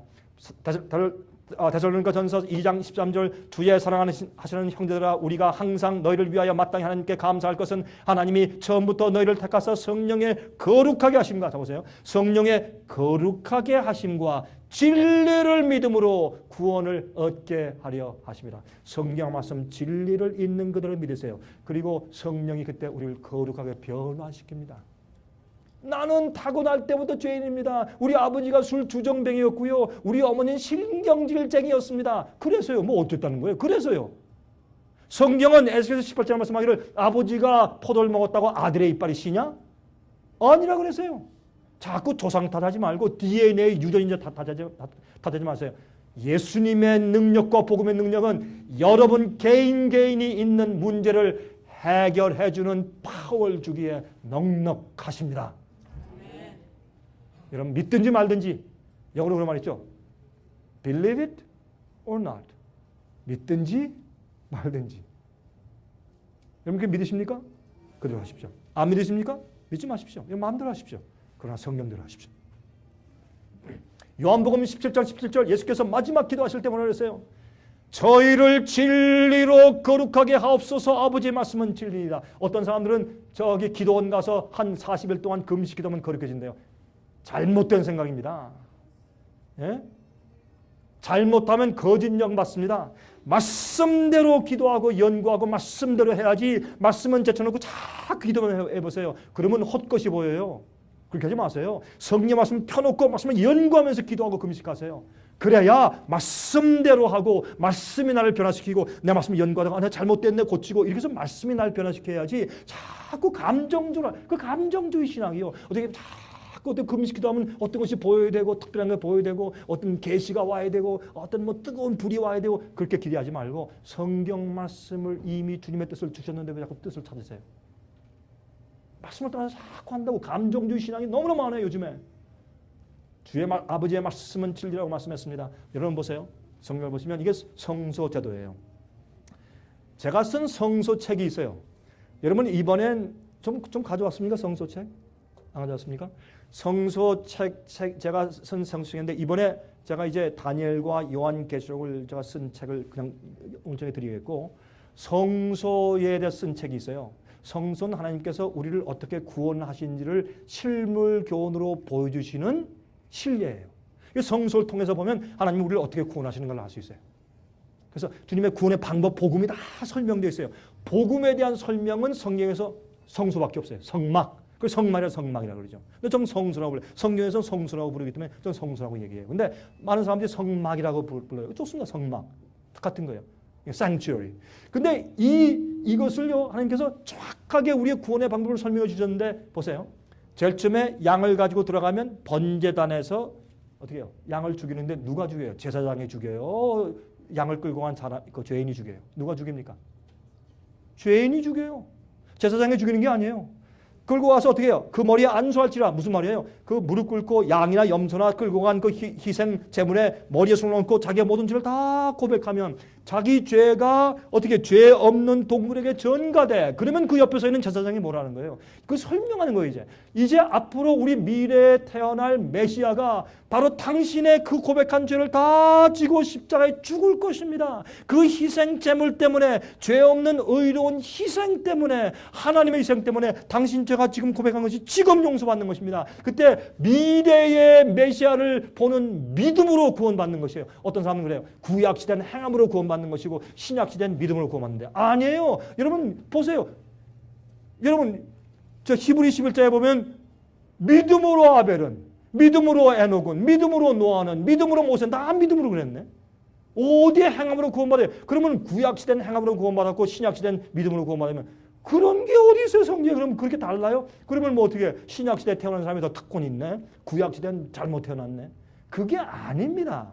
구약시대에는 성소제를 통해서 양을 잡아 제사 드리면서 언제부터? 아담, 해와, 아벨 때부터 아브라함도 계속 제사 드리면서 뭘 봤어요? 미래에 오는 메시아의 돌아가심을 미래를 바라보는 믿음으로 고백하고 죄를 회개할 때 용서받고 구원받는 것이었고 그 다음에 우리는 과거에 이미 약속을 이루신 돌아가신 메시아 예수님을 바라보고 믿음으로 구원받는 것이고 똑같이 믿음으로 구원받는 것이에요. 미래를 보든지 과거를 보든지 그것만 다르지. 그래서 여기에 들어가면 뭘 해요? 절침에 양에게 죄를 고할 때 그 다음에 고한 다음에 어떻게 해요?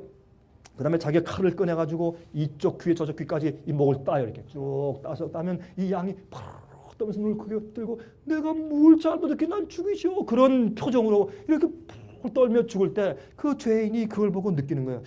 내가 죄를 졌는데 왜 이 죄 없는 양이 죽을까? 내가 나쁜데 왜 이렇게 이 양이 처참해 죽을까? 아, 날 위해 돌아가실 메시아, 미래 오실 분, 창세기 3장 15절에 예언된 그 메시아. 응? 아, 그래서 우리 조상들이 양자와 제사했지. 그 메시아, 그분이 하나님 아들이 오셔서 날 위해 돌아가실 것이구나. 내가 그래서 용서받는구나. 감사합니다. 메시아 하나님 속히 오시옵소서. 내 죄를 불쌍히 여기십시오. 하늘에 계신 하늘 성소에 계신 하나님이시여. 진정한 회개를 하고 거듭남이 생기는 거예요. 그때 양 밑에서. 그러면 그 사람이 어떻게 그렇게 한 다음에 양을 어떻게 번제단 위에 태워요. 이게 번제예요. 속죄제, 속건죄, 화목제. 이게 설명드리면 시간이 걸리겠지만 여러분 제가 쓴 성석책을 보시면 제가 전 두껍게 책을 쓰지 않았어요. 이제 단숨에 읽을 수 있어요. 읽어보세요. 그럼 여기 나가시면서 성서책도 보내주십시오. 이렇게 부탁을 하는지 쓰세요. 그럼 보내드리겠습니다.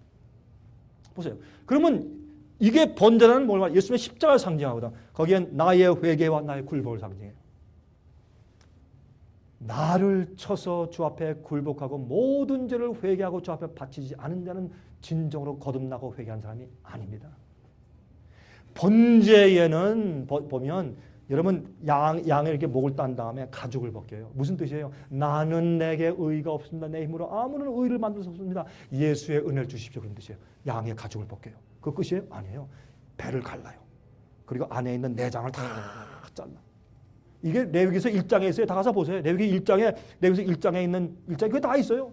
내장을 다 잘라내. 그 물로 씻어. 그리고 여기다 갖다 다 잘라서 순서대로 놓고 태워. 이게 뭐예요? 거듭남의 경험이요. 내 속에 주님이시여 혹시 내 안에 숨겨진 죄가 있나 찾아보시고 나를 의로운 길로 인도하시옵소서. 시편 말씀 아니에요? 진정한 회개 그게. 내가 회개했지만 아직 내가 회개치 않은 거 남아있는 죄가 있습니까? 주님 나를 살펴주시고 내 생각을 알아주십시오. 하나님이시여. 진정한 회개가 거듭나는 경험이에요. 이게 다 설명되어 있는 게 이게 성서대로예요. 그 다음에 씻어요. 물로 씻어요. 물은 뭐예요? 주의 말씀을 상징해요. 말. 너희가 물과 성령으로 거듭나지 않으면 천국에 들어갈 수 없다. 물은 주의 말씀을 상징했어요. 여러분 에베소 6장 뭐라고 했어요? 에베소 5장. 예? 너희가 물로 씻어 주의 말씀을 씻어 교회를 정결케 한다고 말씀했어요. 물은 주의 말씀을 상징해요. 성령도 상징하고. 그러므로 여러분 이런 거듭남의 과정을 통해서 나중에 성소에 들어가서 거기서 뭘 봐요? 성소에 들어가면 금촛대가 있고 떡상이 있고 분향단이 있어요. 그걸 뭐라는 거예요? 분향단은 우리의 기도, 예수님의 중보 기도를 상징해요. 왼쪽에 여러분 그 금촛대는 뭘 말해요? 예? 주의 말씀 나는 길이요 진리요 생명이다. 주의 말씀의 빛을 말해요. 오른쪽에 뭐예요? 주의 말씀인데 먹는 걸 말해요. 우리가 어두운 길을 주의 말씀의 빛을 비춰서 어두운 길을 걸어가는데 어떻게 해요? 주의 말씀을 먹지 않으면 여행할 수가 없어요. 주의 말씀을 먹어야 돼요. 주의 말씀은 내 발의 등이요 내 길의 빛이 나이다. 예수님 말씀하시길 내가 너에게 이른 말이 곧 생명이요 영이다. 생명이 떡이에요. 말씀이에요. 예? 그러므로 이게 순서대로 나중에 어떻게 해요? 대속죄일 날 가서 주 앞에서 심판받아. 그 인침받는 거예요. 이건 유대인들의 생활 가운데 다 이미 성경에 다 있어요. 이게 복음이에요. 근데 오늘날 시대에 복음을 얘기할 때 많은 사람들은 심판을 빼고 얘기해. 심판이 있어요. 의로운 자는 그냥 의롭고 거룩한 자는 거룩하고 불의한 자는 불의하고 심판이 있어요. 너희가 행한 대로 내가 갚아줄 것이라. 그게 무서운 얘기가 아니에요. 우리가 주님을 사랑하고 주 앞에 굴복되면 아무것도 무서워할 필요가 없어요. 주님이 다 우리 알아서 하시는데 성령께서 왜 무서워해요? 죄를 품고 있으니까 무서운 거예요. 그러니까 심판이 두려운 것이에요. 심판은 좋은 거예요. 억울할 때 심판 날짜가 속히 와서 벗기를 원해요. 그러나 이 뒤가 좀 어떻게 해요? 냄새 나는 사람은 심판 날이 무서워요. 그래서 무서운 거예요. 심판은 좋은 거예요. 의인들에게 심판은 우리를 의롭게 변호해 주는 날이에요. 심판은 무서운 게 아니에요. 그런데 어떻게 하는지 아세요? 사람들이요. 이거 순서를 바꾸거나 이렇게 싹. 네? 물뚱을 와서 무조건 세례받거나 침례받고 무조건 교회에 들어오셔. 그럼 우리가 거듭나게 해줄게. 그게 아니에요. 성경에는 먼저 거듭나야 돼요. 말씀을 가르쳐야 돼요. 말씀을 거듭나야 돼요. 나중에 어떻게 해요? 번제라는 싹 없애버렸어요. 요것만 딱 있고 무조건 교회에 오셔요. 이래서 교회 안에 앞으로 우리를 잡아 죽일 핍박할 가라지들을 잔뜩 갖다 모아놔요. 이 얘기는 제가 참 이제 조심해야 되겠네. 욕먹는 얘기입니다. 잘못하면. 그러나 우리가요 정말 말씀으로 주의 백성들을 교육시키고 똑바로 교인들이 1000명 올 것을 50명밖에 없을지라도 말씀으로 똑바로 가르치고 그 말씀으로 사람들을 깨끗하게 순결케 해놓지 않으면 나중에 우리를 잡아줄 가라지들을 잔뜩 무럭무럭 자라게 해놓는 격이 되는 것이에요. 자, 제가 뭐 인기를 얻을 길은 노랗죠. 희망이 없죠, 그렇죠? 알아요, 저도 알아요. 제가 중국에서 침례 주는데 뭐 강에 갈 수도 없고 호수 갈 수도 없으니까 이제 침례 주는데 이게 다 중국 사람들이 그 조선족들이 아니고 침례 주는데 어떤 한 사람이 어디 가서 자기 친구한테 가서 욕조를 빌려오더라고요. 이 사람들이 여기에 꽃을 다 갖다 뿌리고 거기 막아가지고 이제 물을 붓고서 이제 비빌 장소에서 제가 이제 집회를 하다가 이제 침례 준 장소예요. 이렇게 이 아주머니 좀 약간 비대하시더라고요. 우리 꽉 차더라고. 예, 이 아주머니는. 근데 참 믿음이 좋은 분이에요. 이런 경험 제가 참 많이 했고 제가 여기 있는 한 분을 얘기를 하는데 이 사람이 여러 해 전에 만났는데 중국의 우리 중국 사업의 지부장입니다. 우린 중국에는 직원이 한 70, 한 2, 3명 지금 직원들이 있고 그 다음에 저희가 한 100여 권의 책들을 중국말로 번역해서 우리가 뿌리고 있습니다. 근데 소책자, 큰 책, 또 뭐 DVD, 뭐 시리즈에서 많이 뿌리고 있는데 그런 것들을 가져가면서 전도하는 문서로 전도하는 전도자들이 수백 명이에요. 정말 수백 명이에요. 뭐 300명, 500명 들어가는데 지금은 숫자가 얼마인지도 몰라요. 얼마나 많이 다니면서 은혜를 받고 그걸 뿌리고 다니는지. 근데 거기에 이 지부장인데 이 사람은 큰 이 건축회사를 맡아서 일하면서 아파트 짓고 그런 사람이었습니다. 이 젊은 사람인데 한 350명 뭐 이 고용인들 데리고서 건축회사를 했던 사람입니다. 근데 이 사람이 이제 회개를 하는데 저는 회개하고 침례를 받는데 전 이렇게 간절히 회개하고 침례받는 사람들을 물론 제가 침례를 지금까지 많이 주었지만은 이렇게 간절히 회개하고 침례받는 사람들 참 제가 드물게 보았습니다. 제가 침례 주기 전에 제가 가르칩니다. 성경이 이렇게 말합니다. 당신이 이런 것들을 고쳐야 합니다. 이런 죄를 버려야 합니다. 이렇게 동의하십니까? 다 물어보고 침례 주기 예수 믿습니까? 믿습니다. 침례 저는 그렇게 안 합니다. 그건 성령님은 맞지 않으니까. 말씀을 가르친 다음에 주의 말씀에 동의하면 그렇게 하기로 회개하기로 결심하면 전 침례 줍니다. 그런 증거가 있으면 전 침례 줍니다. 침례를 뭐 10,000명 주든지 1명 주든지 간에 주님의 뜻대로 주는 것이 제 사명이기 때문에. 그래서 이제 가르쳤더니 다 그렇게 하겠습니다. 그래서 침례 주는데 여러분 로마서 6장을 읽으라 그러니까 서서 읽는데 로마서 6장은 뭐예요? 예수님과 함께 장사된 바 되고 예수님과 함께 부활하고 그 얘기 아니에요? 그래서 어떻게 해요? 죄를 버리고 의롭게 된 자, 그렇죠? 성령의 역사가 무엇인지 그래서 침례의 의미를 로마서 6장은 다 설명해. 다 읽으니까 읽다가 서서 읽다가 무릎 꿇고 읽다가 나중에 엎드려 읽어. 통곡을 해요. 내가 정말 주 앞에 회개합니다. 통곡을 하더라고요.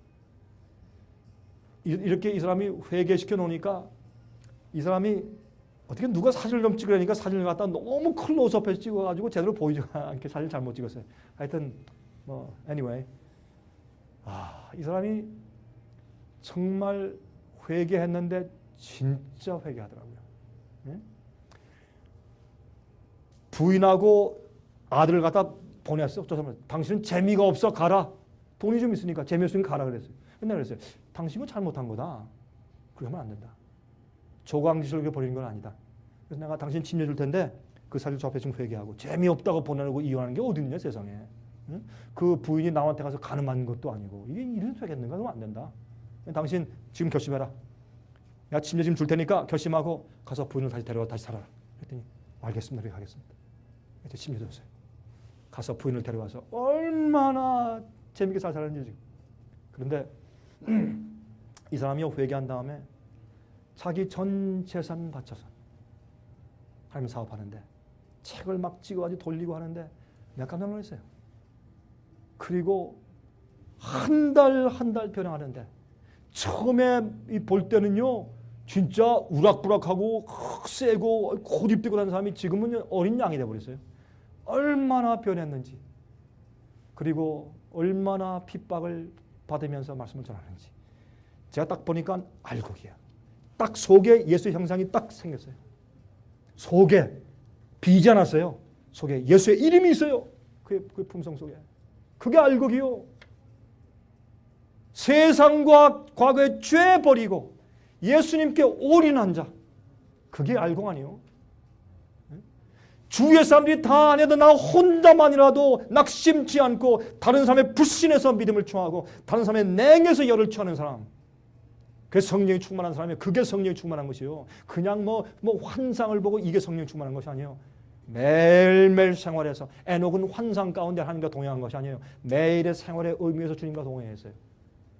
극단과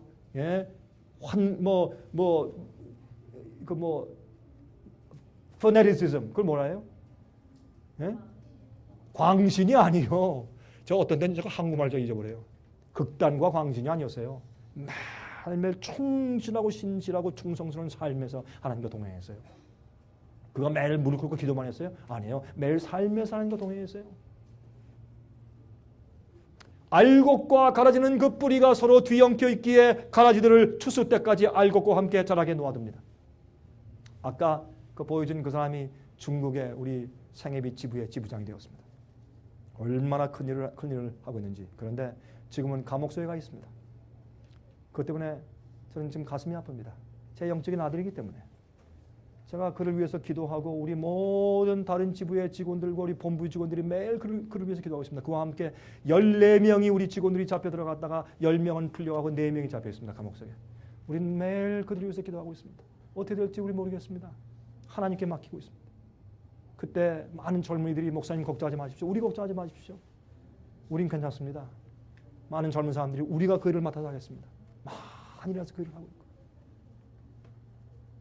여러분이시여, 이제 곧 알곡과 가라지가 갈라집니다. 하나님은 아십니다. 여러분은 알곡입니까? 가라지입니까? 예? 지금 때가 얼마 없습니다. 그냥 이렇게 살 때가 아닙니다, 여러분. 하나님께서 사탄을 한동안 내버려 두셨어요. 왜? 예? 이 세상에 누가 알곡이고 누가 가라지인지 시험하세요. 지금 각 시대마다 시험이 오셨어요. 아브라함 시대 시험하셨고, 엘리야 때 시험하셨고, 모세 때 시험하셨고, 예? 침례 요한 때 시험하셨고, 종교개혁 당시에 시험하셨고, 지금도 주님께서 테스트하셔 시험하세요. 주님께서 가만히 계시고 아무것도 안 하신 거겠죠. 천만에 하나님께서 아시고 누구를 영원히 데려가 영원히 살게 하고 우주를 기업으로 줄 자인지 그를 구원해도 걱정할 필요 없고 반역이 다시 일어나지 않고 죄가 다시 일어나지 아니할 정도로 안전하게 변화되고 준비된 알곡인지 아닌지를 주님께서 매일 시험하고 계세요. 어떤 사람은 지금 살아있지만 은혜 시간이 끝났어요. 어떤 사람들은 빛이 지나가기 때문에. 여러분 마태복음 13장 36절부터 43절 아까 읽은 말씀이죠. 그렇죠? 좋은 씨를 뿌린 자는 예수님이에요. 인자예요. 좋은 씨는 천국의 아들들이요, 가라지는 악한 자의 아들들이요, 마귀의 아들들이라 말해요. 여러분 짐승의 표가 뭔지 아세요? 마귀의 성품 닮았다 그 말이에요. 하나님의 이는 뭔지 아세요? 하나님의 성품 닮았다 그 말이에요. 한마디로 얘기한다면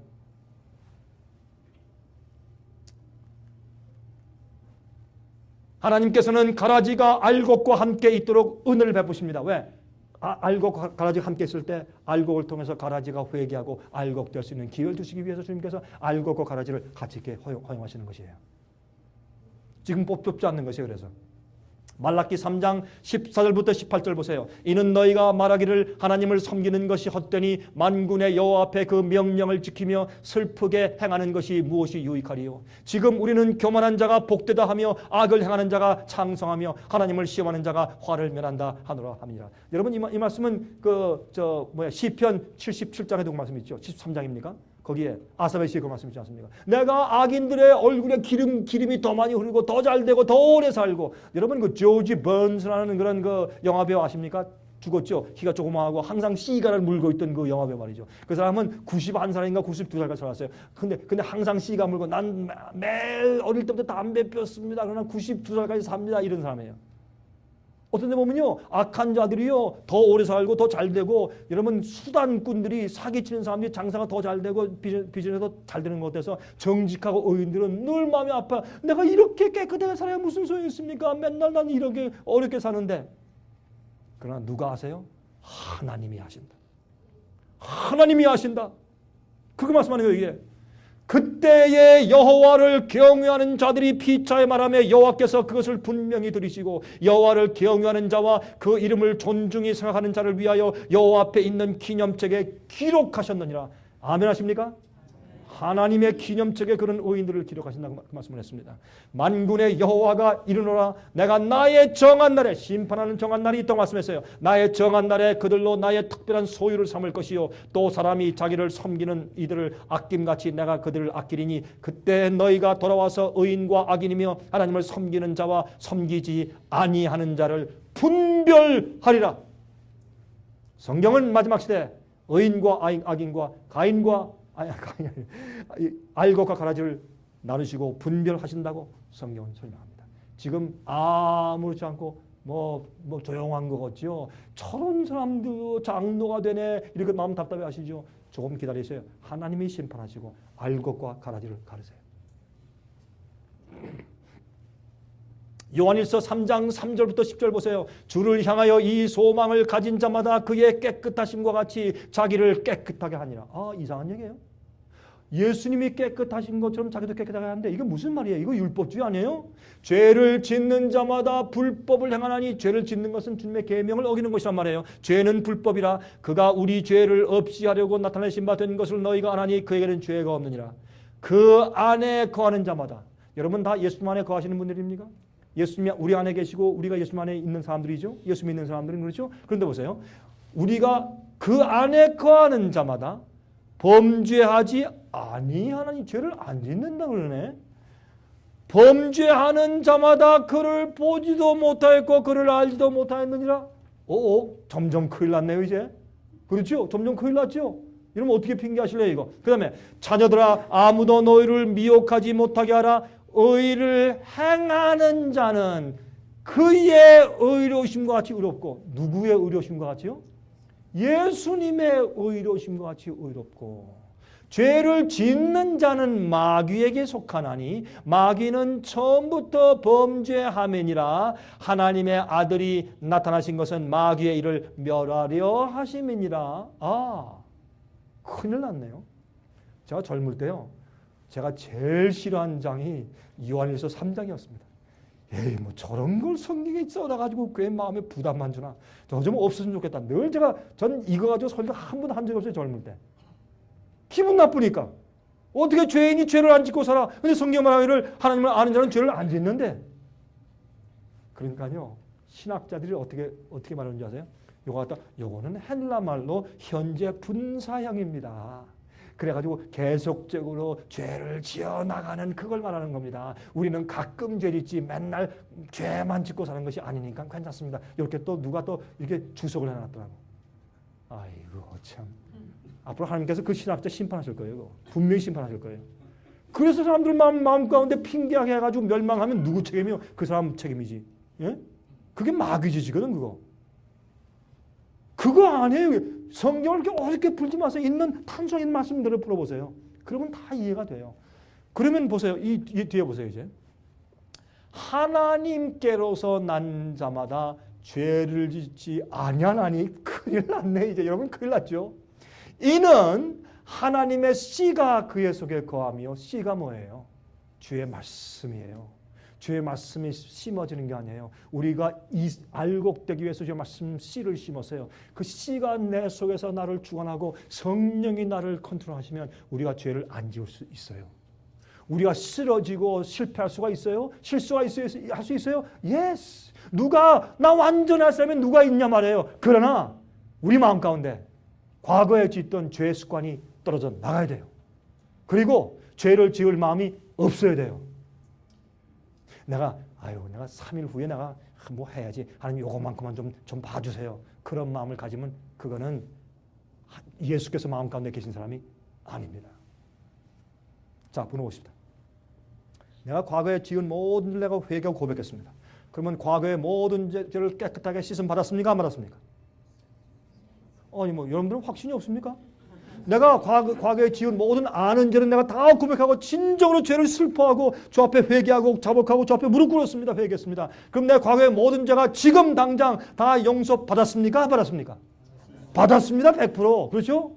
예수님의 피의 보혈로 용서받았습니다. 약속을 주장했으니까 받았습니다. 그리고 내가 현재 지금 앞으로 내가 다시는 그런 죄를 지을 마음이 없습니다. 그러면 내 마음이 정결합니까? 안 합니까? 정결합니다. 그 마음을 매일 유지하십시오. 실수했습니까? 다시 일어나십시오. 또 회개하십시오. 그리고 그런 마음을 또 가지십시오. 나 그렇게 살기로 결심하십시오. 그렇게 매일 사십시오. 그게 그리스도인입니다. 어제 지은 죄 오늘 또 짓고 내일도 또 지을 거고 난 맨날 여기 맨날 약해서 맨날 요건 쓰러져. 그러나 내가 믿음으로 구원받았으니까 은혜로 구원하시겠지. 봐주십시오 주님. 그러면 주님께서 다 봐주고 다 데려가시고 만유 구원설이네. 누구나 다 알고 가라지 없이 다 구원하시면 되겠네. 하나님은 그런 분이 아닙니다. 하나님은 거룩하신 분입니다. 죄와 의는 같이 존재할 수가 없습니다. 하나님과 죄는 같이 존재할 수 없어요. 여러분 속에 죄가 들어와 여러분 죄를 짓고 살면 여러분 마음 가운데 예수님이 없습니다. 예수님이 들어오시면 죄가 나가고 죄가 들어오면 예수님이 나갑니다. 둘 중에 하나예요. 그게 성경 맞습니다. 제 말이 틀렸습니까? 버리세요. 제 말이 성경적입니까? 받으십시오. 전 자신 있어요. 제 말이 이거 극단입니까? 성경 아니고 이단입니까? 뭡니까? 제 말이 틀렸으면 믿지 마세요. 그러나 여러분들 마음대로 선택할 때 기억하세요. 여러분 책임을 지셔야 돼요. 너무나 복음이 타협됐기 때문에 가슴이 아파요. 가슴이 아파요. 그러면 안 돼요, 여러분. 여러분 그러면 죽어요. 그러다 죽어요. 성경을 똑바로 읽으세요. 성경이 이렇게 쓰여 있잖아요. 하나님께로서 난 자마다 죄를 짓지 않았나니 이는 하나님의 씨가 그의 속에 거하시며 예수님의 십자가에 고통을 하면 내 죄로 돌아가시고 나 때문에 고통 나신 예수님 바라볼 때 그 죄를 반박하고 싶은 마음이 안 생겨요. 그게 진정한 회개예요. 그리고 죄가 싫어지고 미워져요. 그게 복음이에요. 복음은 우리 속에서 죄를 미워하게 만드는 것이에요. 죄를 슬퍼하게 만드는 것이고 그리고 매일 성령께서 내 마음의 양심을 예민하게 만드는 것이에요. 예? 그게 복음이에요. 그게 복음이에요. 여기 보세요. 저도 범죄치 못하는 것은 하나님께로서 났습니다. 아이고 첩첩산중이죠. 이제 가면 가서 태산이죠. 여긴 또 죄를 안 짓는 게 아니라 죄를 짓지 못할 He cannot sin. 죄를 못 짓는다고 되어 있어요. 이게 무슨 뜻인 줄 아세요? 이게 광신이 아니에요. 여러분 저를 광신이라고 말하시기 전에 사도 요한을 광신이라고 먼저 고소하고 저한테 오세요. 제 얘기가 아니고 성경 말씀 말하는 것이니까. 사도 요한은 무슨 얘기하는 줄 아세요? 주의 사랑이 우리 마음 가운데 가득 차면 우리가 죄를 지을 수가 없다 그 말이에요. 예수님이 내 속에 사시고 주의 성령이 가득하면 죄를 미워해서 그거 하고 싶은 마음이 생기지 않는다. 그걸 지금 설명하는 것이에요. 이게 복음으로 거듭난 자예요. 이렇게 예수님 안에서 성품이 자라가는 것이 알곡이 되는 길이에요. 그렇게 안 하고 나는 죄니까 맨날 죄 짓고 맨날 난 이런 거야. 다 이러고 사니까 하나님께서 은혜로 구원하신다니까 은혜 구원하시겠지 그게 가라지 되는 길이고 여기 말씀하신 대로 주님이 마음 가운데 거하시는 삶을 사는 자가 예수님의 형상으로 회복되는 것으로 알곡이 되어가는 과정이에요. 보실래요? 10절에 이러므로 요한일서 3장 10절 이러므로 하나님의 자녀들과 다시 말해서 알곡과 마귀의 자녀들이 가라지가 나타나나니 무릇 의를 행치 아니하는 자나 또는 그 형제를 사랑치 아니하는 자는 하나님께 속하지 아니하니라. period. 할 말 있어요? 성경은 말하기를 알곡과 가라지의 구별의 차이가 무엇이냐? 예수 안에 거하고 성령의 은혜가 거하는 사람이 주님의 뜻대로 살고 죄가 나가는 사람이다. 딱 설명했어요. 이거 말고 여러분 성경에서 알곡과 가라지를 나누시는 주님의 다른 방법이 있으면 찾아오세요. 제가 상금 드릴게요. 저도요 하루 이틀 1년 2년 성경 연구한 사람 아닙니다. 저는 광야 신학을 한 사람이에요. 저도 미국에서 공부한 사람이에요. 저 근데 무슨 학교 나고 무슨 공부 나 그 말 하는 사람 아니에요. 나 그거 필요 없어요. 무슨 학위 있다 나 그거 절대 말하잖아요. 그게 필요해요? 학위가 왜 필요하고 무슨 학교가 왜 필요하냐고 왜? 뭐가 필요해요 그게? 심리요한은 광야에서 30년 동안 성령으로 씨름하다 나와서 6개월 동안 딱 일하고 목 잘라주고 딱 잘려서 죽임당했어요. 그게 주님의 종이죠. 자기 학위 자랑하고 공부 자랑하고 그거 필요 없어요. 말씀 똑바로 알면 그게 주님의 종이지. 전 그렇게 믿는 사람입니다. 좀 극단 같죠. 그러니까 제가 어떻게 해요? 이 세상에서 인기 있는 목사 되기는 싹이 놀았죠. 압니다, 저도 압니다. 여러분이시여, 제가요 괜히 여러분들 마음을 성가시게 해드리려고 이렇게 말씀드리는 거 아닙니다. 저는 여러분들의 영혼들을 사랑합니다. 제가 여러분들의 스트러글을 압니다. 여러분의 고뇌를 알고 여러분의 그 갈등을 제가 압니다. 저도 해봤으니까. 그러나 우리는 예수님 안에서 십자가의 보혈의 은혜와 성령의 도심으로 우리는 모든 죄악의 파워를, 마귀의 파워를 우리는 승리할 수가 있습니다. 그게 성령의 약속입니다. 갑자기 어떻게 됐습니까? 네, 어떤 데 그럴 때가 있습니다. 네. 갈라디아 5장 16절부터 25절 보세요. 내가 이르노니 너희는 성령을 쫓아 행하라. 그리하면 육체의 욕심을 이루지 아니하리라. 난 타고날 때부터 유전법칙으로 난 악함을 타고난 죄인이니까 난 안 됩니다. 그래요? 성경이 뭐라 그래요? 성령을 쫓아 행하라. 그리하면 육체의 욕심을 이루지 않는다. 육체의 소욕은 성령을 거스리고 성령의 소욕은 육체를 거스리나니 이 둘이 서로 대적함으로 너희 원하는 것을 하지 못하게 하려 함이라. 너희가 만일 성령의 인도하시는 바가 되면 율법 아래 있지 아니하리라. 여러분, 율법 아래 있다는 말이 뭔지 아세요? 율법 아래서 정죄받고 넌 죽는다, 정죄받고 있다는 뜻이 율법 아래 있다는 뜻이에요. 로마서 3장 읽어보세요. 율법 아래 있다는 것은 자꾸 법을 지키려는 게 행함이다. 은혜 아래 있는 것은 그거 다 없고 은혜로 구원받는 것이다. 이렇게 해석해. 그건 잘못 해석하는 것이에요. 성경은 그렇게 말하는 게 아니에요. 은혜 아래 있다는 말은 성령의 지배 아래 있어서 율법의 요구를 내 속에서 이루는 성령의 파워를 가진 것을 은혜 아래 있다고 그러는 것이에요. 사도 바울 얘기는. 여러분 연구해 보세요. 그거 아니에요? 아니면 여러분 저한테 설명해 보세요. 그게 아니면. 저도 이거 하루 이틀 연구한 거 아니에요. 해보세요. 그 다음에 율법 아래 있다는 것은 율법 맨날 범하니까 율법의 정죄 아래 있다는 거, 심판 아래 있다는 뜻이 율법 아래 있다는 뜻이에요. 그러므로 성령의 인도하시는 바가 되면 율법 아래 있지 아니하니라. 육체의 일은 현저하니 곧 음행과 더러운 것과 호색과 우상숭배와 술수와 원수를 맺는 것과 분쟁과 시기와 분냄과 당짓는 것과 불리함과 이단과 투기와 술취함과 방탕함과 또 그와 같은 것들이라. 전에 너에게 경계함과 같이 경계하노니 이런 일을 하는 자들은 하나님의 나라를 유업으로 받지 못할 것이라. 이것이 율법 아래 있는 자입니다. 육체의 일을, 다시 말해서 육체의 욕심에 져서 맨날 거기 따라 사는 사람들이 정죄받고 율법 아래 있는 사람을 말하는 것이에요. 성령으로 인도하신 바가 되면 그런 율법 아래 정죄받는, 심판받는 그런 생활을 살지 않는다 그 말이에요. 여러분 보세요. 오직 성령의 열매는 뭐예요? 사랑과 희락과 화평과 오래 참음과 자비와 양성과 충성과 온유와 절제리, 이 같은 것을 금지할 법이 없느니라. 왜요? 성령의 파워는 마귀와 우리 죄의 본성보다 더 힘이 강하기 때문에. 여러분 그거 믿으십니까? 답변하기 힘드시죠? 네, 그러면 자기는 그렇게 살아야 되겠고, 또 아니라 그러지 않니 성령 말씀에 틀리니까 답변하기 힘드시죠? 성령의 파워는 마귀와 우리 죄의 본성의 충동의 파워보다 더 강하십니다. 그게 성경 말씀입니다. 저는 그렇게 믿습니다. 저를 죄의 습관에서 구원하신 주님의 성령은 여러분들에게도 효용이 있습니다. 그리스도 예수의 사람들은 육체와 함께 그 정과 욕심을 십자가에 못 박았느니라. 만일 우리가 성령으로 살면 또한 성령으로 행할지니. 그리스도인의 목표가 무엇입니까? 고린도후서 3장 18절. 저와 같은 형상으로 화하여 영광으로 영광에 이르니 곧 주의 영으로 말미암으리라. 예수님의 형상대로 회복되는 것이 우리의 목표예요. 예? 갈라디아 4장 19절. 나의 자녀들아 너희 속에 그리스도의 형상이 이루기까지 다시 너희를 위하여 해산하는 수고를 하노니. 우리가 예수님의 형상으로 변화되어야 합니다. 타락한 우리가 다시 옛날로 돌아가야 합니다. 구원은 회복입니다. 골로새 3장 10절. 새 사람을 입었으니 이는 자기를 창조하신 자의 형상을 쫓아 지식에까지 새롭게 하심을 받는 자니라. 하나님께서는 우리를 용서하시고 끝내시는 게 아니에요. 우리를 회복시키려 하시는 것이 하나님의 뜻이에요.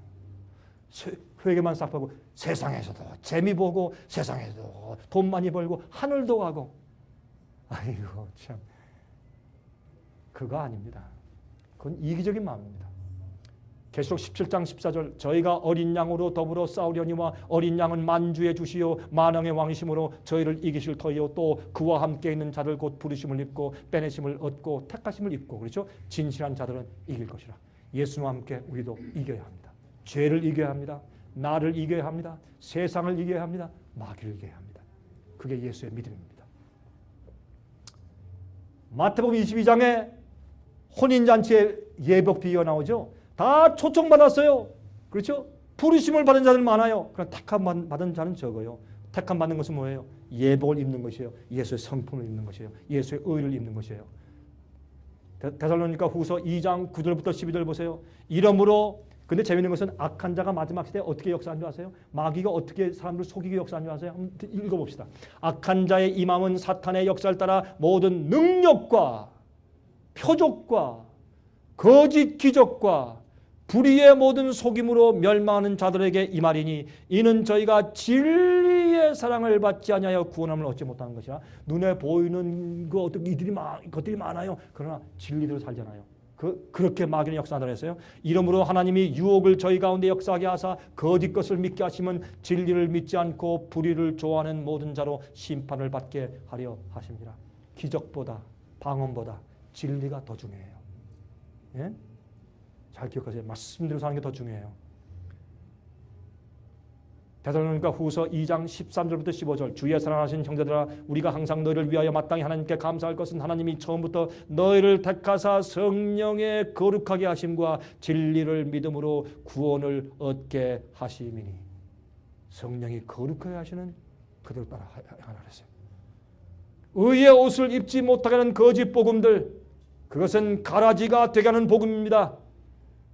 요한계시록 12장 17절 용이 여자에게 분노하여 돌아가서 그 여자의 남은 자손 곧 하나님의 계명을 지키며 예수의 증거를 가진 자들로 더불어 싸우려고 바다 모래에 섰다. 말씀대로 살고 순종하고 지킨다고 되어 있죠. 믿는다고만 끝나는 것입니까? 믿는 자들은 말씀대로 행하는 자가 믿는 자예요. 파수꾼의 역할. 이건 제가 시간이 없어서 제가 시간이 다 됐다고 하니까 제가 끝내야 되겠습니다. 이걸 똑바로 파수꾼이 전해주지 않죠? 영혼들이 멸망당할 때 그 피를 어디서 찾겠다? 파수꾼의 손에서 찾겠다. 전 그래서요 똑바로 전 말하려고 전 최선을 다합니다. 안 그러면 잘못 제가 전해가지고 영혼들 멸망당하면 그 피를 하나님께 제 손에서 묻으시기 때문에 전 그렇게 할 마음이 없습니다. 전 심판받을 마음이 없습니다. 예수님 오십니다. 제가 이 그림을 좋아하는 것이 누군지 참 잘 그렸어요. 여기 보니까 꼭 시카고 같아 보니까 제가. 예수님이 오세요. 큰 영광의 구름 타고 천사와 함께 이 땅에 오세요. 예수께서 오세요. 여러분 어떻게 하실래요? 예수님 오십니다. 알곡처럼 사십시오. 참된 복음 믿으십시오. 죄를 멀리하십시오. 왜냐하면 예수님께서 이 땅에 속히 오실 때문에 그렇습니다. 여러분 이번 집회 오신 것을 감사합니다. 혹시 제가 여러분들의 마음을 건드렸으면 용서하십시오. 제가 여러분의 영혼을 사랑해서 그렇습니다. 진리는 좌우에 날선 검 같습니다. 그리고 저희가 준비한 것을 꼭 받아가시고 저에게 신청하십시오. 보내드리겠습니다. 걱정하시지 말고. 저희는 돈 버는 사람들이 아닙니다. 저는 돈 있는 사람들도 아니지만 돈 버는 사람들은 아닙니다. 우리 말씀을 전하는 사람입니다. 여러분 생애에 하나님의 성령 인도하심과 진리의 거룩하게 하심이 항상 풍성하기를 간절하게 소원합니다.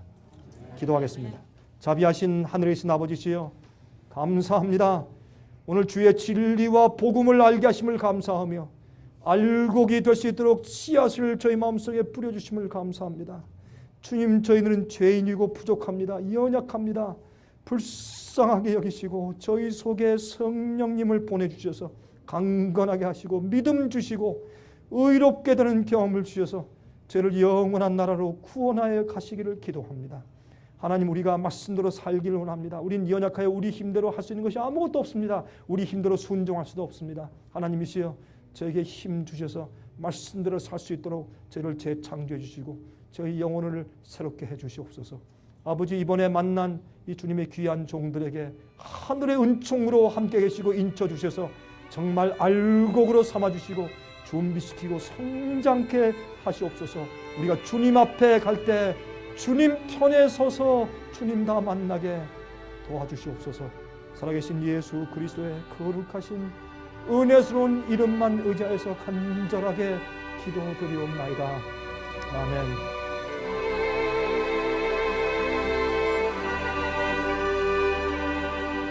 은혜 많이 받으셨습니까?